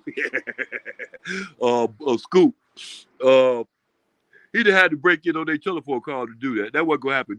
Dex, that wasn't gonna happen. that wasn't gonna happen. That wasn't gonna happen. He couldn't mess it up if he wanted to. They didn't put the commercial. If he'd have came in there with a commercial and they'd have said, well, forget that what you just heard. We're going with Brandon Miller. That's our pick, and we're gonna stick with it. That's Charlie Hornets. And then you ain't gonna hear no more from Michael Jordan after that again. And the deal's still gonna go through. Even if he wanted to, he couldn't do it, Dex. I know that's cold. I sure hate that, Mike. We don't have no representation and ownership. I don't. Damn, Mike. I don't hate it. I'm glad. Boy, I'm telling you, man. Dex, you used to kill. Dex, I'm going to tell you something. You used to kill me. You said, yeah, Uncle Bird, man, but Mike can get rich playing the 50-50. Dex, look here. The game is to be sold and not told, but I'm going to tell you, Dom, a lot of people be going around here selling the game, and they really got game, but they just be going around selling it. You know what I'm saying? If that's the case, they could be giving it away, make a lot of people happy. That they ain't got it, they can bring them in and get them to understand, but nope, he wants to sell it. He wants to sell it. No, Dex. Don't always work out like that. Because you're being greedy, first of all. Then people start not admiring you, they start hating on you. Mm. Because they see that you don't kick it right. They see you working like to a certain extent. They see you working with a forked tongue. They see to a certain Right, extent. right. They can't put you in the category of a Suge Knight, but it's like you still fat like that. You still smoking big cigars, and you still got yours wrapped down, and you don't see yours going, outside the realm of of um Of a circle, yeah. of influence. Right, outside his realm of the circle. With that, family, friends, and business partners, which is good for business. I understand, but then when it comes down to like you got to look at Mitch, you wouldn't look at Mitch Kupchak as being your business partner. You look at being your employee. But look what the power he owns and has, but he don't have that power. Why? Because you took that from him. You got all the hats on. That's my thing about him. He greedy. He got all the hats on. So you say he don't trust nobody. That's what that Look means. at Dex. Look at the Bulls. Look, not the Bulls. Look at the Bucks organization. Look at the Bucks new organization and new owners, how they came in, how they run things. And look, even what you talking about, dude, y'all was talking about Dolan yesterday. And how he running things out there in New York. And I give him a problem because I think he's a racist too. But that's not neither here nor there. You understand me? It's just the fact that this is how they get down. This is how they run their ship. Michael Jordan wasn't going to be successful in basketball running his ship like that, Dex. And you said it like that's my point already. You said it, Birdie's padded 50-50. You said that a year and a half ago, 2 years ago. And I said, yeah, Dex, you're right, evidently, because look what he's doing. He's not doing anything but sitting up there trying to stay up out of what's the name? Out of the what's the name thing. Well, when paying so much money, when you got to keep paying these taxes on so Luxury much money, tax. Luxury tax. yeah, he want to stay away from there. So he'll get Mitch Kupchak to come on and say, "Oh well, we're going to go hard in the free agency, and we're going to go after those players that can help us." Man, go on, man. The players you went out the dog didn't help nothing, man. You got rid of dude the next year, and then you don't even know what you're gonna do with this dude. He don't know what color he's gonna color his hair. And go on with the So what about Michael Jordan when he sit at the board meeting and discuss things? I mean, what are they discussing, huh? I mean, I don't know if you want to be a fly on the wall, but what the hell are they discussing? Because there's a lack of movement with the Charlotte Hornets, or lack of progress. Well, it's like okay, Dex. I have to keep going on this. Dex, I have to keep dwelling on this. You had already knew the dude was paying the 50-50. So I mean, why would it seem like it's like puzzling to you? Because that was his mode. That was his whole mode of operation. You know what I'm saying? He got his hands over here in this thing right here. It's keeping him half busy. He can't give 100% of his time and effort to the Charlotte Hornets. And he should give it off to the general manager, but we know god dang when I stated that, so I have to state it again, that he ain't gonna do that for nothing. So the second most important team on the Charlotte Hornets organization would be the owner or the goddamn general manager. Am I right or wrong? Right.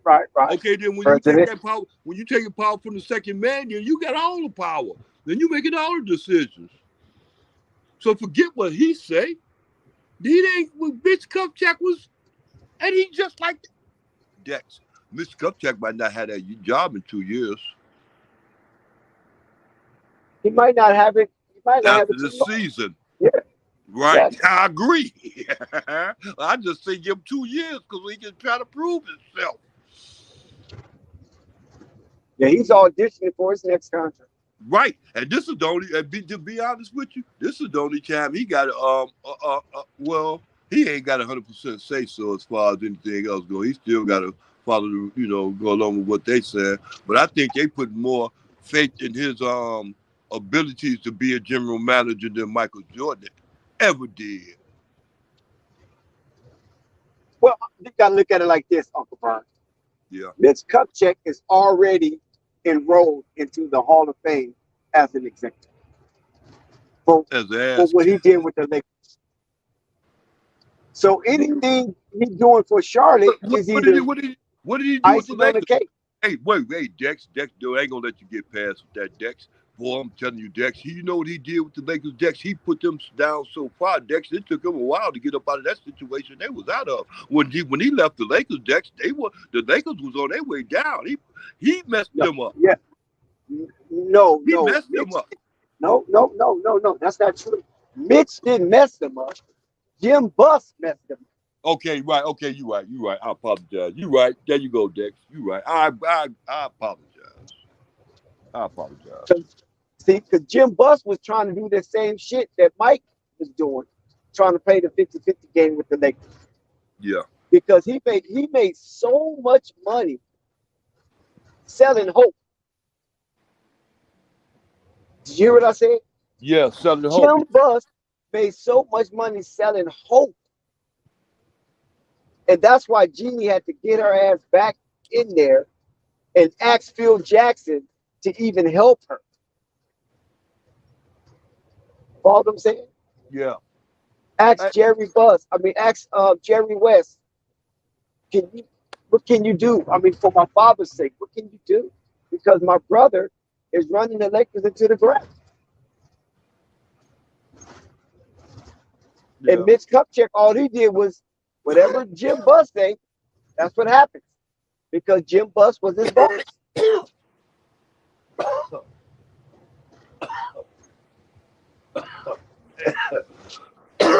Oh boy. And you said that Jim Buss' legacy is I was gonna say his last legacy was an ass kisser.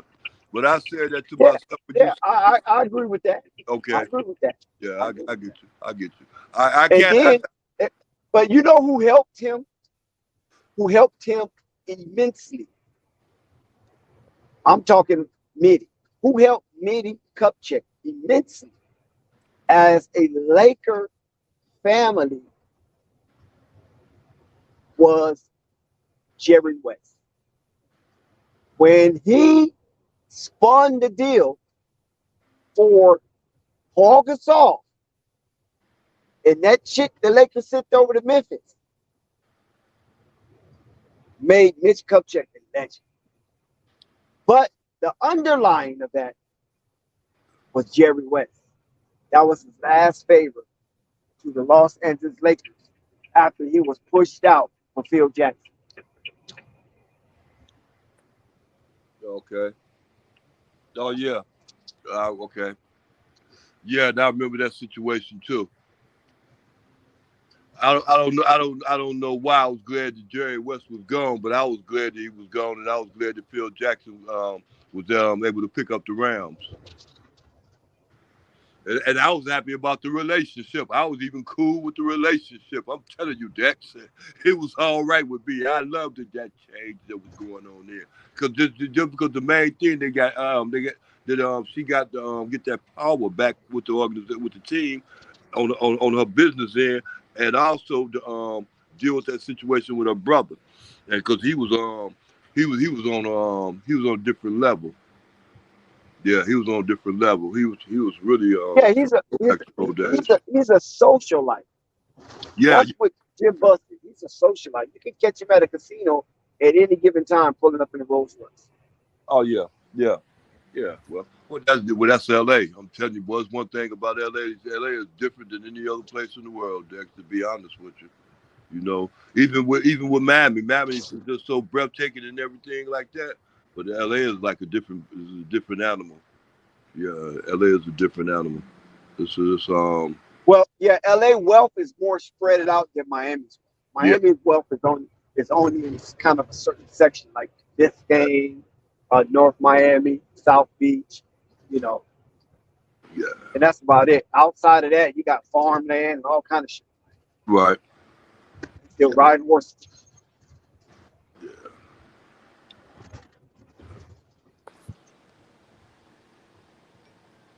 But yeah, Also in Miami, they trying. I mean, they propped up the art district, so they made that a upscale area, which was at one time riddled with crime and bad graffiti.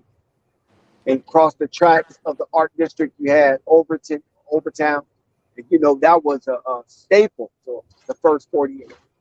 Overtown, Miami. Yep. I remember going through there one time, and me and my partner, we out there because we was trying to secure contracts with this lady shoe manufacturer, and it's over there by down south of the tracks, right? And these are Cubans. This is owned by Cubans, multi-million-dollar business owned by Cubans, very friendly to black people. So we secured a contract. And so we were just, kind of wandering around because we heard about Overton, but never been. We never been across the tracks. So we finally went across the tracks, man. They had dudes with red eyes riding on bicycles. Kids. And I was like, this is not normal. It was almost like the Indians surrounding the wagon. I told my partner, man, let's get the hell out of here. But nah, you want to go deep up in there. One of them kids stopped him. He was like, what's up? I mean, a kid, like 14, 15 years old. He was like a security guard. So that was a crazy experience. I mean, I've been to Opalaka, and I didn't experience that like I did in Overtown. Overtown was organized. That's basically what it looked like to me. It was well organized. But nevertheless, Miami, they got a lot of fixing to do, because if they don't fix the roster, they're not getting to the Eastern Conference Finals. That's not happening. They definitely overachieved last season. So Miami got to add to that roster. Yeah, they've been overachieving for the last 3 to 4 years. To be honest with you, even because of their coach, really. I know you mentioned that a lot of times too, because you respect their coach. You like their coach. Spoelstra, I like him too, but Spoelstra can win some games for you just on the strength of his coach ability alone. And then going into the playoffs, he can get you 2 games into the playoffs too. But when it comes down to championships, he gonna need the Hawks to do that, you know. And then when you come down with that Hurter, I don't know what's his name, Hurt, or whatever his name is, and then the other one, Somebody from Miami. yeah, the forwards, actually the shooting forwards, the ones the shooters, the 2 white guys. Well, they got Duncan Robinson. Matt Strus is gone. Okay, yeah, And they got Tyler Hero coming back. Hero, yeah, Tyler and Duncan and Tyler, yeah. Hero, Tyler Hero. Did he play much this last playoffs, that series? He didn't play at all, did he? Duncan did, but not Tyler. Yeah, I just went about Tyler. Yeah, I mean, yeah. What's his name? Yeah. Tyler Hero. Yeah, Hero didn't play at all. Yeah, that's what you know. Oh man, and then I'm gonna tell you something though, man. What do you think? What is Portland asking for as far as getting that deal done with for Dame Dollar? What is Portland asking for? I have the slightest idea. Only thing I heard is that Miami just want to offer Tyler Hero something bogus. I just can't believe it. Yeah, sure. I hear you. Yeah, sure. I sell the farm. I sell the farm to get Dame Dollar out there, man. I don't know what Miami thinking, because when it come down to a Tyler Hero or that what's the name, the other guy, oh, they indispensable. But I think what it is though, I think Portland gonna try to go after that dude, that center they got though, and he ain't gonna go. And I don't think Miami gonna let him go. Of course not. You can't let Bam Adebayo go and get Dame Dollar. you'll be a worse team because you don't have nobody to guard that restricted area. And I don't think there's anybody out there sufficient enough to fill the void of Bam Adebayo. So I think that's the number. Yeah.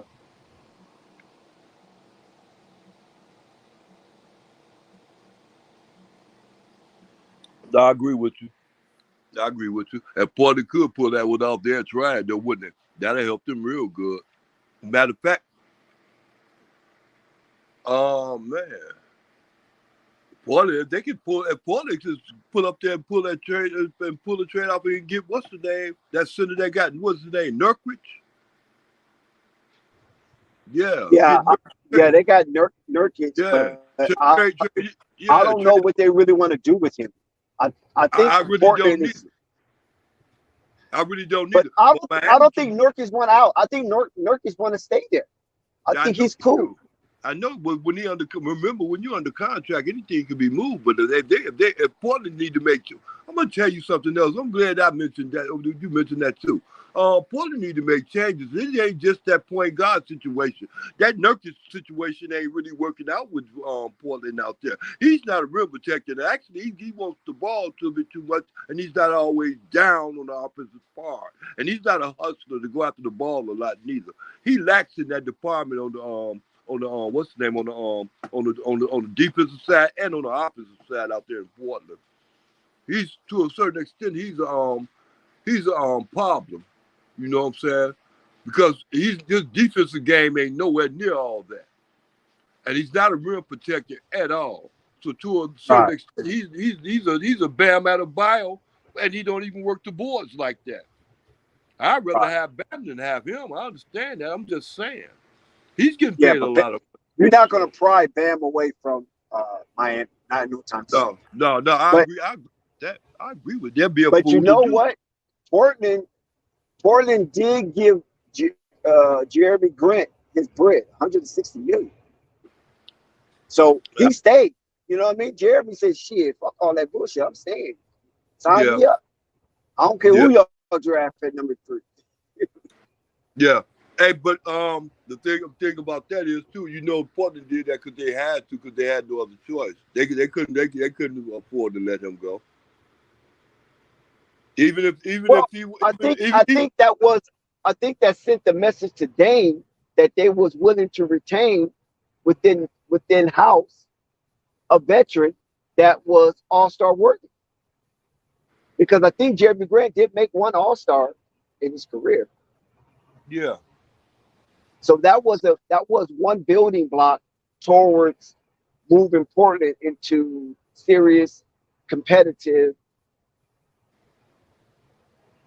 on an NBA court. Okay. And I think Dame didn't feel that was enough. They needed to get rid of that third pick.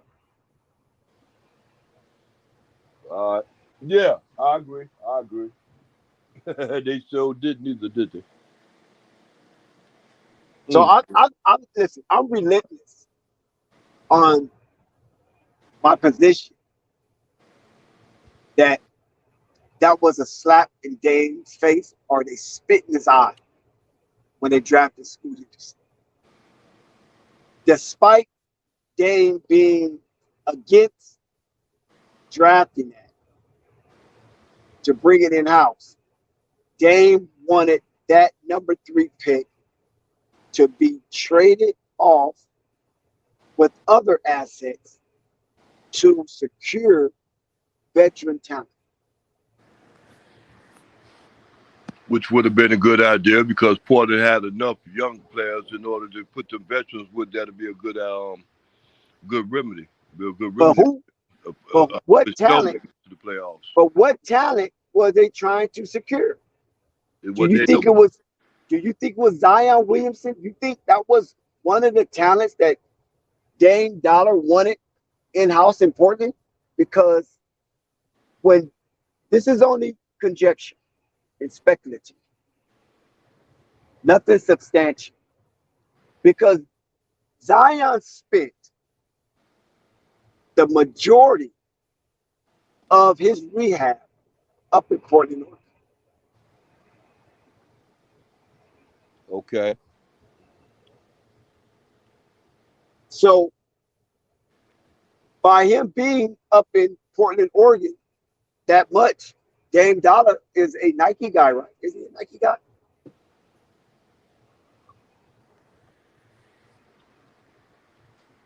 I think Dame Dollar's a Nike guy. So that means that he had the opportunity to spend time with Zion at the Nike facility up in Portland, Oregon. And they could have had a chatterbox.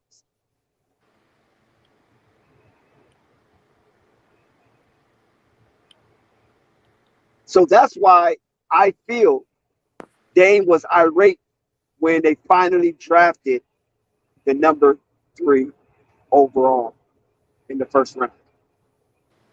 Because there's a possibility that Dame Dollar and Zion Williamson could have been in communication.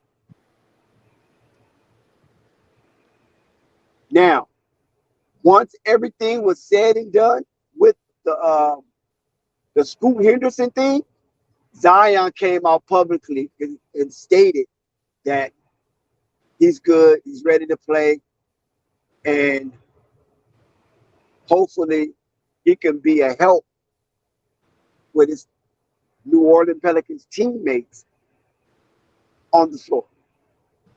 Prior to that, I know Zion was embroiled with a lot of controversy based on his relationship and off-court activities.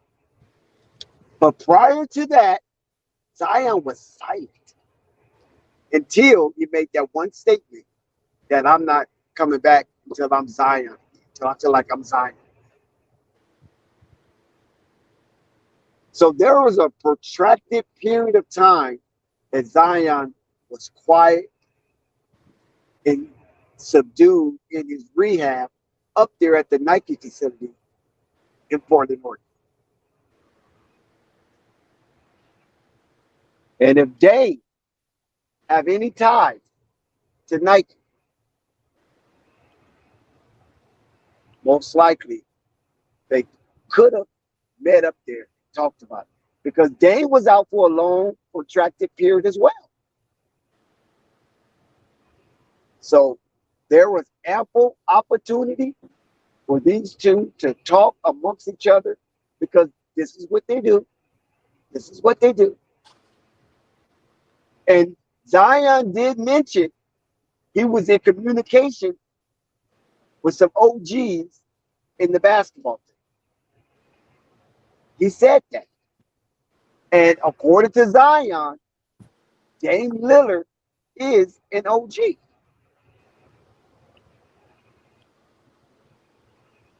So there's a possibility that they probably did discuss some things.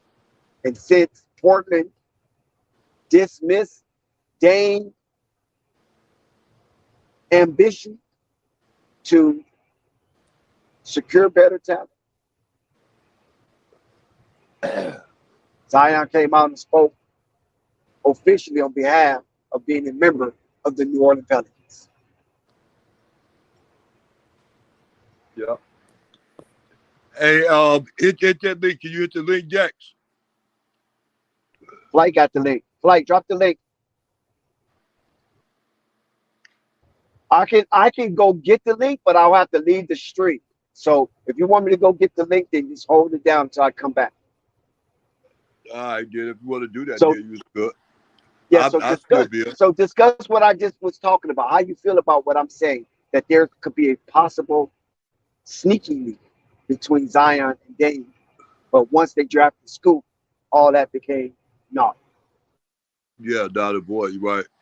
And I think you made sense with that because you had stated also that after you're right after that all that died down, they got Scoop, but then they was upset about that. So that was to a certain extent not conjecture, but to a certain extent it was business being taken care of like that, like LeBron be doing that backdoor business or that under the table type business. The players be doing NBA players do that all the time. They're the best recruiters than anybody else. They recruit each other. That's how it's supposed to be honest with you. Yeah. But yeah. I know with Dame Dollar though, with Dame Dollar, he gonna get to where he need to be at. And that's in the NBA playing. And they don't necessarily have to be out there in Portland. I would like to see him go a lot of places, but especially to Miami. I think he can get a championship out there. Yep, really do.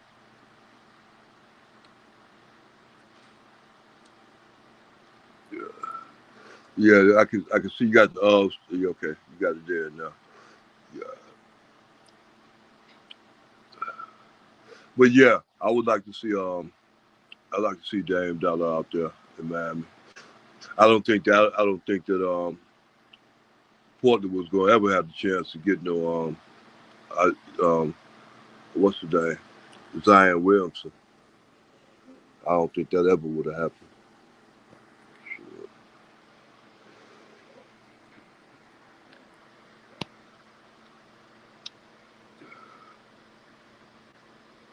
Yeah, I just thought about that. I just thought about it. Once you went out there, who gonna let you back in? The flight can't let you back in. No, I'm in, but I dropped the link, so the Oh link yeah, is I in the saw it. chat. Yeah, the link is in the chat. I saw it. Yeah, I saw it. No, Dex. Yeah, but that would have been a good place for Zion to all that to work out with Dame Dollar. But boy, that was that was wishes. That was just wish though somebody was on somebody's side. Well, that would have been nice though. To see Zion Williams out there in Portland. That wouldn't be bad at all. Shout out to Spike Lee. Yeah. Shout out to Cole. What's good, y'all? What's good, Hey, Dex? what's going on? What up with it, Uncle Vern? How y'all What's living, good? man? All right. Hey, shout out to Flight Sports TV, the hegemony of ball talk, the pinnacle of hoop basketball conversation. I'm back in the building. I appreciate y'all. Appreciate the chat. Appreciate the panel. Appreciate Flight Sports TV. What it do, man? What's on the agenda tonight, fellas? Right now we was just talking about Damian Lillard being out there in Portland and how long that situation was gonna last out there. We've been all over the place though. But I think Flight's main thing was about Kyrie Irving playing in the Drew League.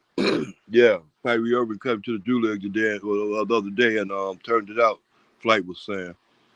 So he was saying that he was impressed with Kyrie turning it out in the Drew League. I would have been impressed if Lavar Ball team would have been out there playing and they'd have won the whole games and everything else. Because that's what I'm looking to see as far as that goes. Not Kyrie out there in the Drew League. I mean, well, it'll be nice, but that's old Kyrie. Some new, I don't know. But yeah, that's what we was talking about. We was all over the place stuff. Hey, man. Every day, I'm checking my notifications to see if I'm gonna get the drop on that Damian Lillard trade. Every day, man. As soon as I see Bleacher Report come up on my phone, I'm instantly looking to see if it's Damian Lillard on the move. So Yeah. I hear you, man. I'm interested as hell in that situation too. Yeah.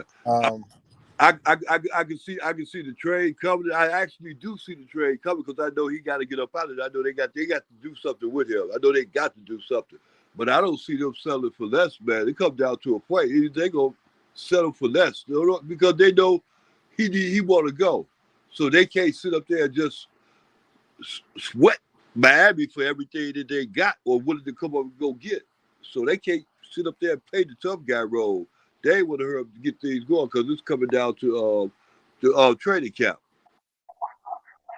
Yeah, October comes around the corner. We got October, November. They're in the game time then. Yeah, fall is coming up. Dude, it's almost August. Yeah. So now we got Dame Lillard, right, still out there. We got Christian Wood still out there, and we got James Harden trying to figure if he wants to stay or go. So he's fickle minded right now. And Durham Worley, the GM, is kind of in a perplexed situation because of it seemed like they're trying to choose Joel Embiid or James Harden. And of course, you would want to choose Joel Embiid. He's your current MVP.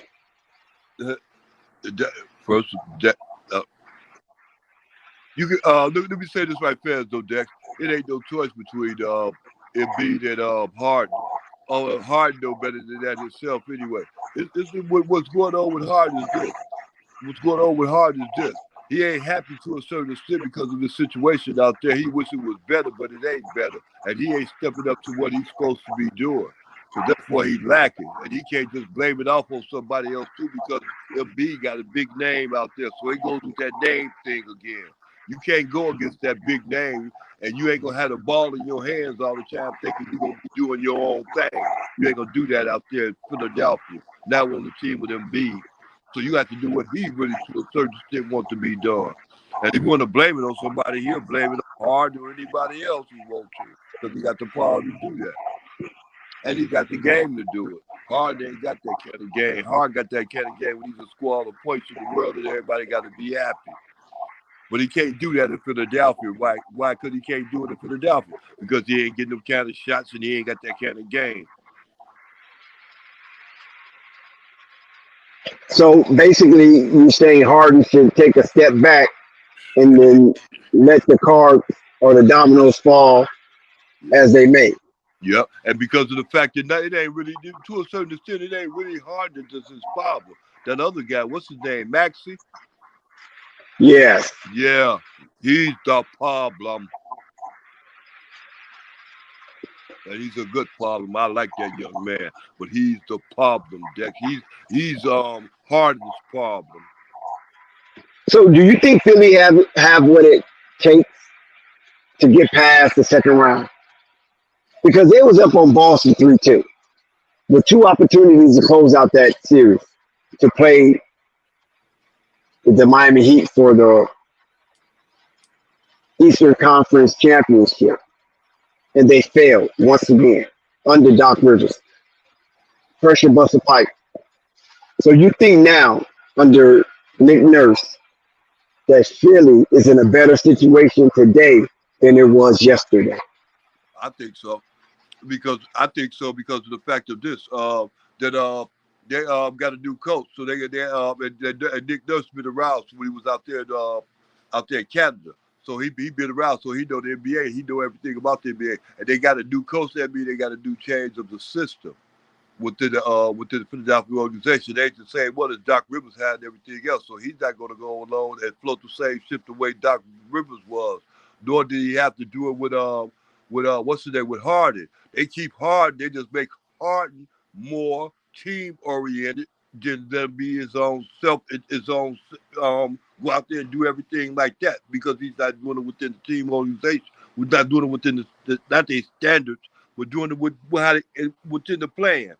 He's not going within the plan sometimes. He goes outside of the plan. Then he gets to be a problem because he gets to be a problem on the defense because he's not a defensive player like that. So then they got to bring Maxey in. Maxey got to get a lot of playing time. With Maxey's in and getting a lot of playing time, that means Harden is on a bench, which utilizes his capabilities of doing anything else. He can't do nothing on the bench. Uncle Vern, you're wrong. You're Okay, wrong. go ahead. James Harden and Tyrese Maxey actually play together because James Harden needs an aggressive player next to him because he's not about to be aggressive worth a damn now. So that's actually the pairing that works for Harden. I don't know why he doesn't want to stay there. He's looking for the easiest route possible to a championship. So, but Tyrese Maxey is cold. Tyrese Maxey will probably average 25 points a game as soon as Harden leaves the team. That's how good he is. But they can play together. They can play together for sure. I mean, Tyrese Maxey can play on the ball, off the ball. He could be a point guard. He could be a shooting guard. He could play off another nigga. Tyrese Maxey could do it however you want it. Shooting 40% from three down there, however you want it, he can give it to you.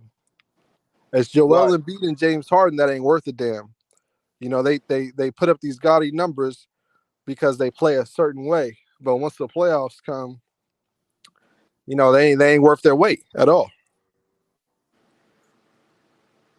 Okay, you say that about Joel Embiid too. You say the same thing. I can agree with you about Harden on that end, but then not about Joel Embiid because Joel Embiid is holding his down all the way around the board. I'll say the same thing about Joel in the playoffs. He ain't worth a damn. He gonna be the league leading scorer. He gonna be the playoff MVP, but he's not gonna take you to the promised land. He's not gonna do that. He don't got the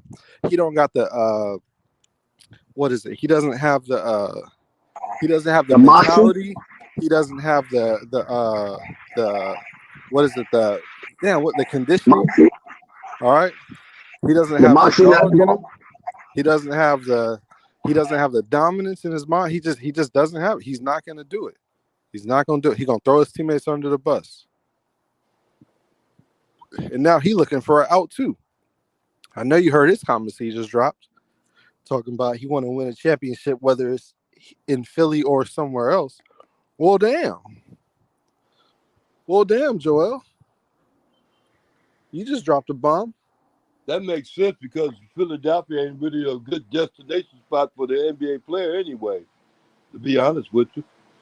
So I can see him making that noise kind of like that as far as what's going on in Philly. And then I can see him doing it because he's trying to make some movement going on around there within their organization. They already got him a new coach. What else they need to be making some changes with out there besides Joel Embiid? Because I don't see them doing that. I mean, I can see Harden trying to move around and find somebody giving that 260, like you see these little kids with Anthony Edwards, LaMelo Ball, and Tyrese Halliburton. Find somewhere to get that 260. So the Beat might not get it in Philly. You know what I'm saying? Yeah. I don't know if he really want to win a championship or not. I think he looking maybe 300 because once Jaylen Brown gets paid, I think that's 304 for him if he gets it. So these players are trying to jockey in position on various teams that's willing to give it up and have room to give it up.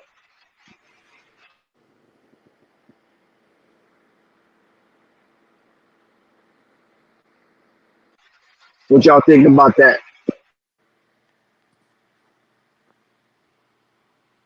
Wait, hold on, Dave Dex. Okay, who was you talking about just now? I'm talking Joel Embiid and some of these other veterans that's up for contract soon. They're trying to jockey themselves in position to leave their current team to go to a team that's willing to give that up for their services. Because most likely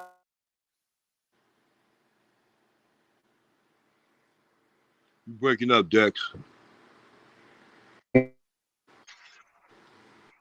Hey, Dex. Okay, hey, Dex. What I think about this is simple. This been going on for them high salaries been going on for a long time, way before Melo and Heidenberger and all the rest of them guys start showing up, get them $200 million contracts and stuff like that, and them $100 million contracts. That's been going on for a long time. But the thing about it now is the fact that it started getting to a point where you start getting these Hardens and these Russell Westbrooks and the rest of these guys sitting up there getting all this money, these $45 million a year kind of contracts. And then it turns around that they're not really, they caught up in that now. They can't get it off. They can't get rid of it. You understand me? They can't get that off the books now. And they found out it was the wrong idea or a bad idea in the first place. So they stopped dealing with them type of players. But it's going to be hard for Russell Westbrook to get another bag like he got before. There ain't going to be too many more bags like that for Russell Westbrook. I'm sorry. And it ain't dang sure ain't going to be that many more bags like that for James Harden. Neither. now Russell done. Go ahead. That's it for Russell. I said Russell's Yeah, done. That's it for him. He's not getting that money. yeah, I agree with you. I agree.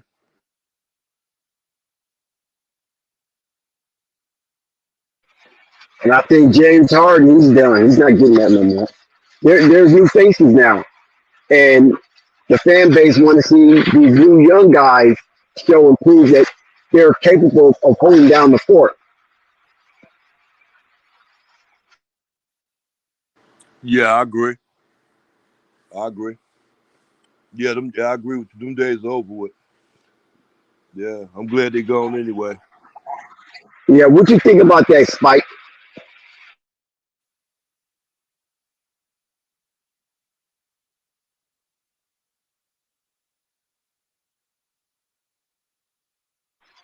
Oh, Spike must be occupied. Just chime in, Spike, whenever your mic get hot. So yeah, like that sends a hard signal to these players because Ja just knocked himself out the box. I mean, he just got suspended again by the Memphis Grizzlies. You So said who knocked themselves out of the box? Who you said Ja, y'all did that? Ja Morant, Oh, okay. and he recently just got suspended again from the Memphis Grizzlies. Yeah, yeah. Well, So it's a brave new they need world. new faces. Yeah, they need these new faces. And so far, they have knighted Anthony Edwards, LaMelo Ball, and Tyrese Halliburton. Those are your new knights for the NBA. Yep.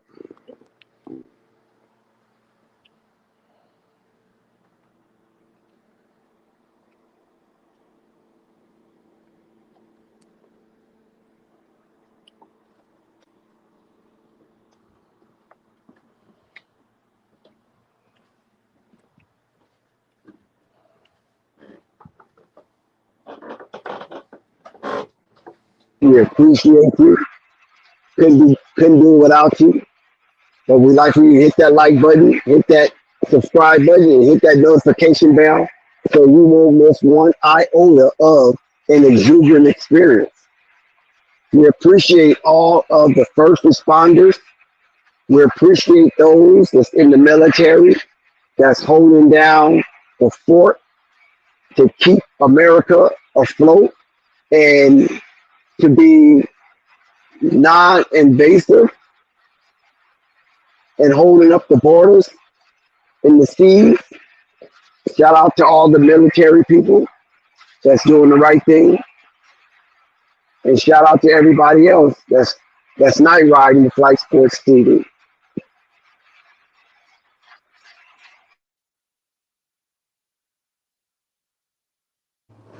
Shout out to you too, Dex. I might Sorry add. for hacking in, but my awesome host here has given me permission to zip in and give you guys an awesome.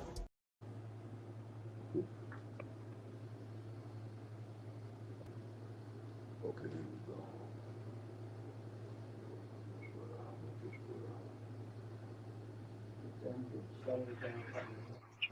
Yeah, you can go ahead. You good.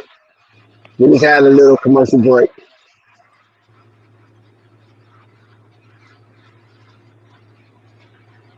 So, like I said, once again, it cannot be done without the people. And the people have nominated Flight Sports TV the People's Champ.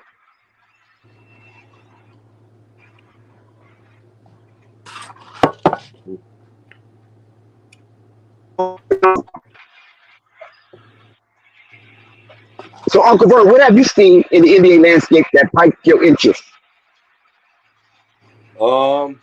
The fact that they paid Melo all that money. I'll tell you though, Dex. Look, the fact that they paid Melo all that money, I knew they was they liked it what he was doing. I knew they noticed what he was doing and everything, and they noticed the possibilities in him.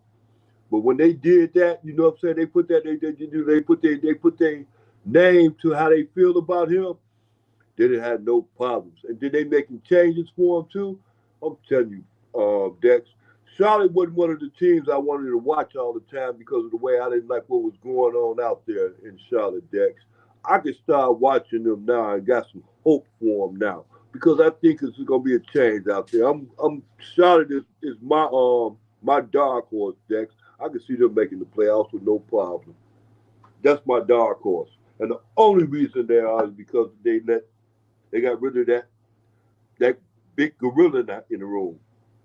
Yeah, the big black gorilla. They got rid of him. Yeah, you know who the gorilla is, don't you, Dex? Say his name, Dex. Well, tell you.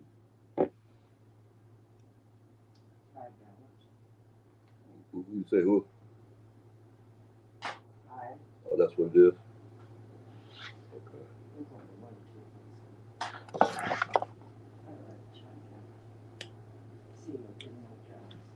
You still there? Huh? No, I'm talking to myself.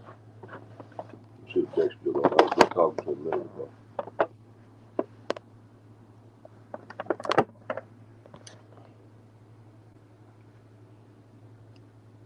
Yeah, he can hear me. You still there, Dex? You probably can't hear me.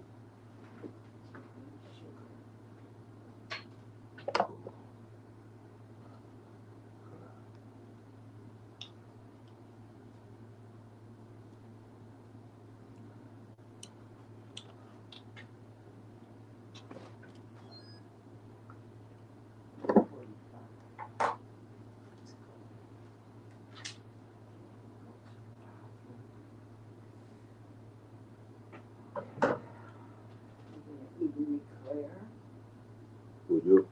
You. No. It came out when I took that stuff out. Oh, yeah.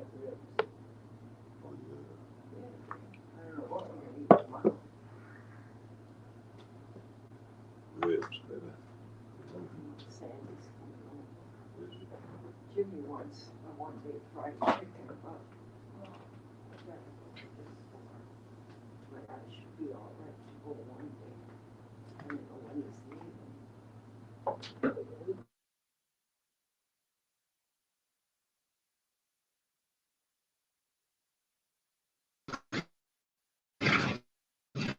Mic check, mic check. Can anybody hear me? Mic check. Yeah, I'm still here. I'm still here, Dex. Oh, okay. I didn't hear anything. He's breathing heavy. Yeah, yeah. My phone is going in and out. Okay, that's what So it is. Ben, I was wondering why nobody hear me. yeah, I know. I asked you that question about the money thing, and you was on the mellow, Oh yeah. and I because I was offline. Oh okay. Oh yeah, but yeah. That's what I'm glad about. Father NBA, the new changes in the NBA. That's the fact that Charlotte did the right thing by Melo. Two ways around the board. They got a player that can fit in with him. Anybody can fit in with Melo. Melo can make everybody good. Him and Lonzo do that well. But yeah, they got a player that can fit in with him. There won't be no threat to him, but he'll be an asset. So that's a big improvement about the NBA. I enjoyed this year. And the new But the acquisition. question is, Uncle Vern. Huh? But the question is, how long will this new asset become fertile? What is it? What is the time period for the fertilization of Brandon Miller, the Melo Ball, in pursuing a playoff spot? I would think that, but I wouldn't look at it like that, Joe. I look at it like this: you do all your things, you do all you can to make Brandon Miller the best player that he could be out there on the court with the Charlotte Hornets. So you do all you can to make that possible, and you allow that to take you into the playoffs or take you to the future. You understand me? You don't go head first saying, okay, we got Brandon Miller now. We for sure to make the playoffs and all this and that, because it don't, like, we all know it don't work like that. This is the NBA. Things could go wrong. Things could happen. But what you want to do, you want to put yourself in position to do such. By them getting that young man, making acquisition to get that young man, they put themselves in position to do so and put him in a position to do it too. That way he's on a team that he can't do nothing but be like with Melo. When Melo got on the court, when Melo didn't start the first game with Charlotte, he just so happened to get on there. Then when he got on there, he just took off. I suspect or expect Brandon Miller to do the same thing. Unlike Book. Yeah, but LaMelo didn't have a summer league. LaMelo didn't have a training camp. He didn't need it. He was already qualified. He was already that guy.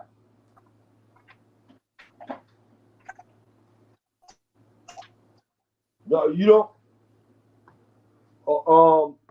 Melo was already that guy. When he came in, they already knew that Melo was that guy. They knew that.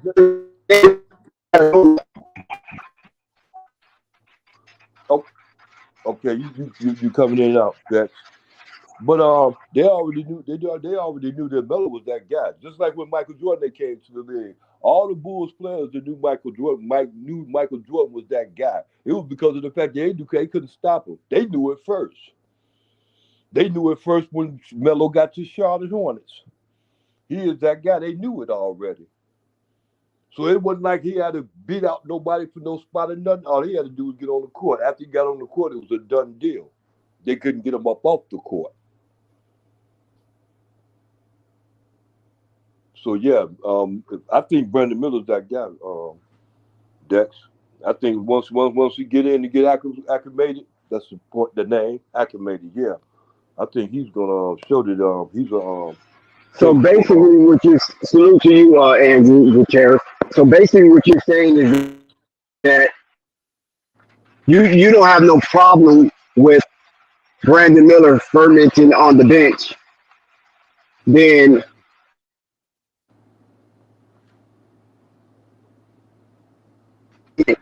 help to LaMelo and the Charlotte Hornets, because that 260 that LaMelo got now, the clock is ticking on LaMelo. Yeah, yo, we about to get up out of here. We're gonna pull back up tomorrow. Salute, All right. shout out Uncle Vern. Peace and love to the chat.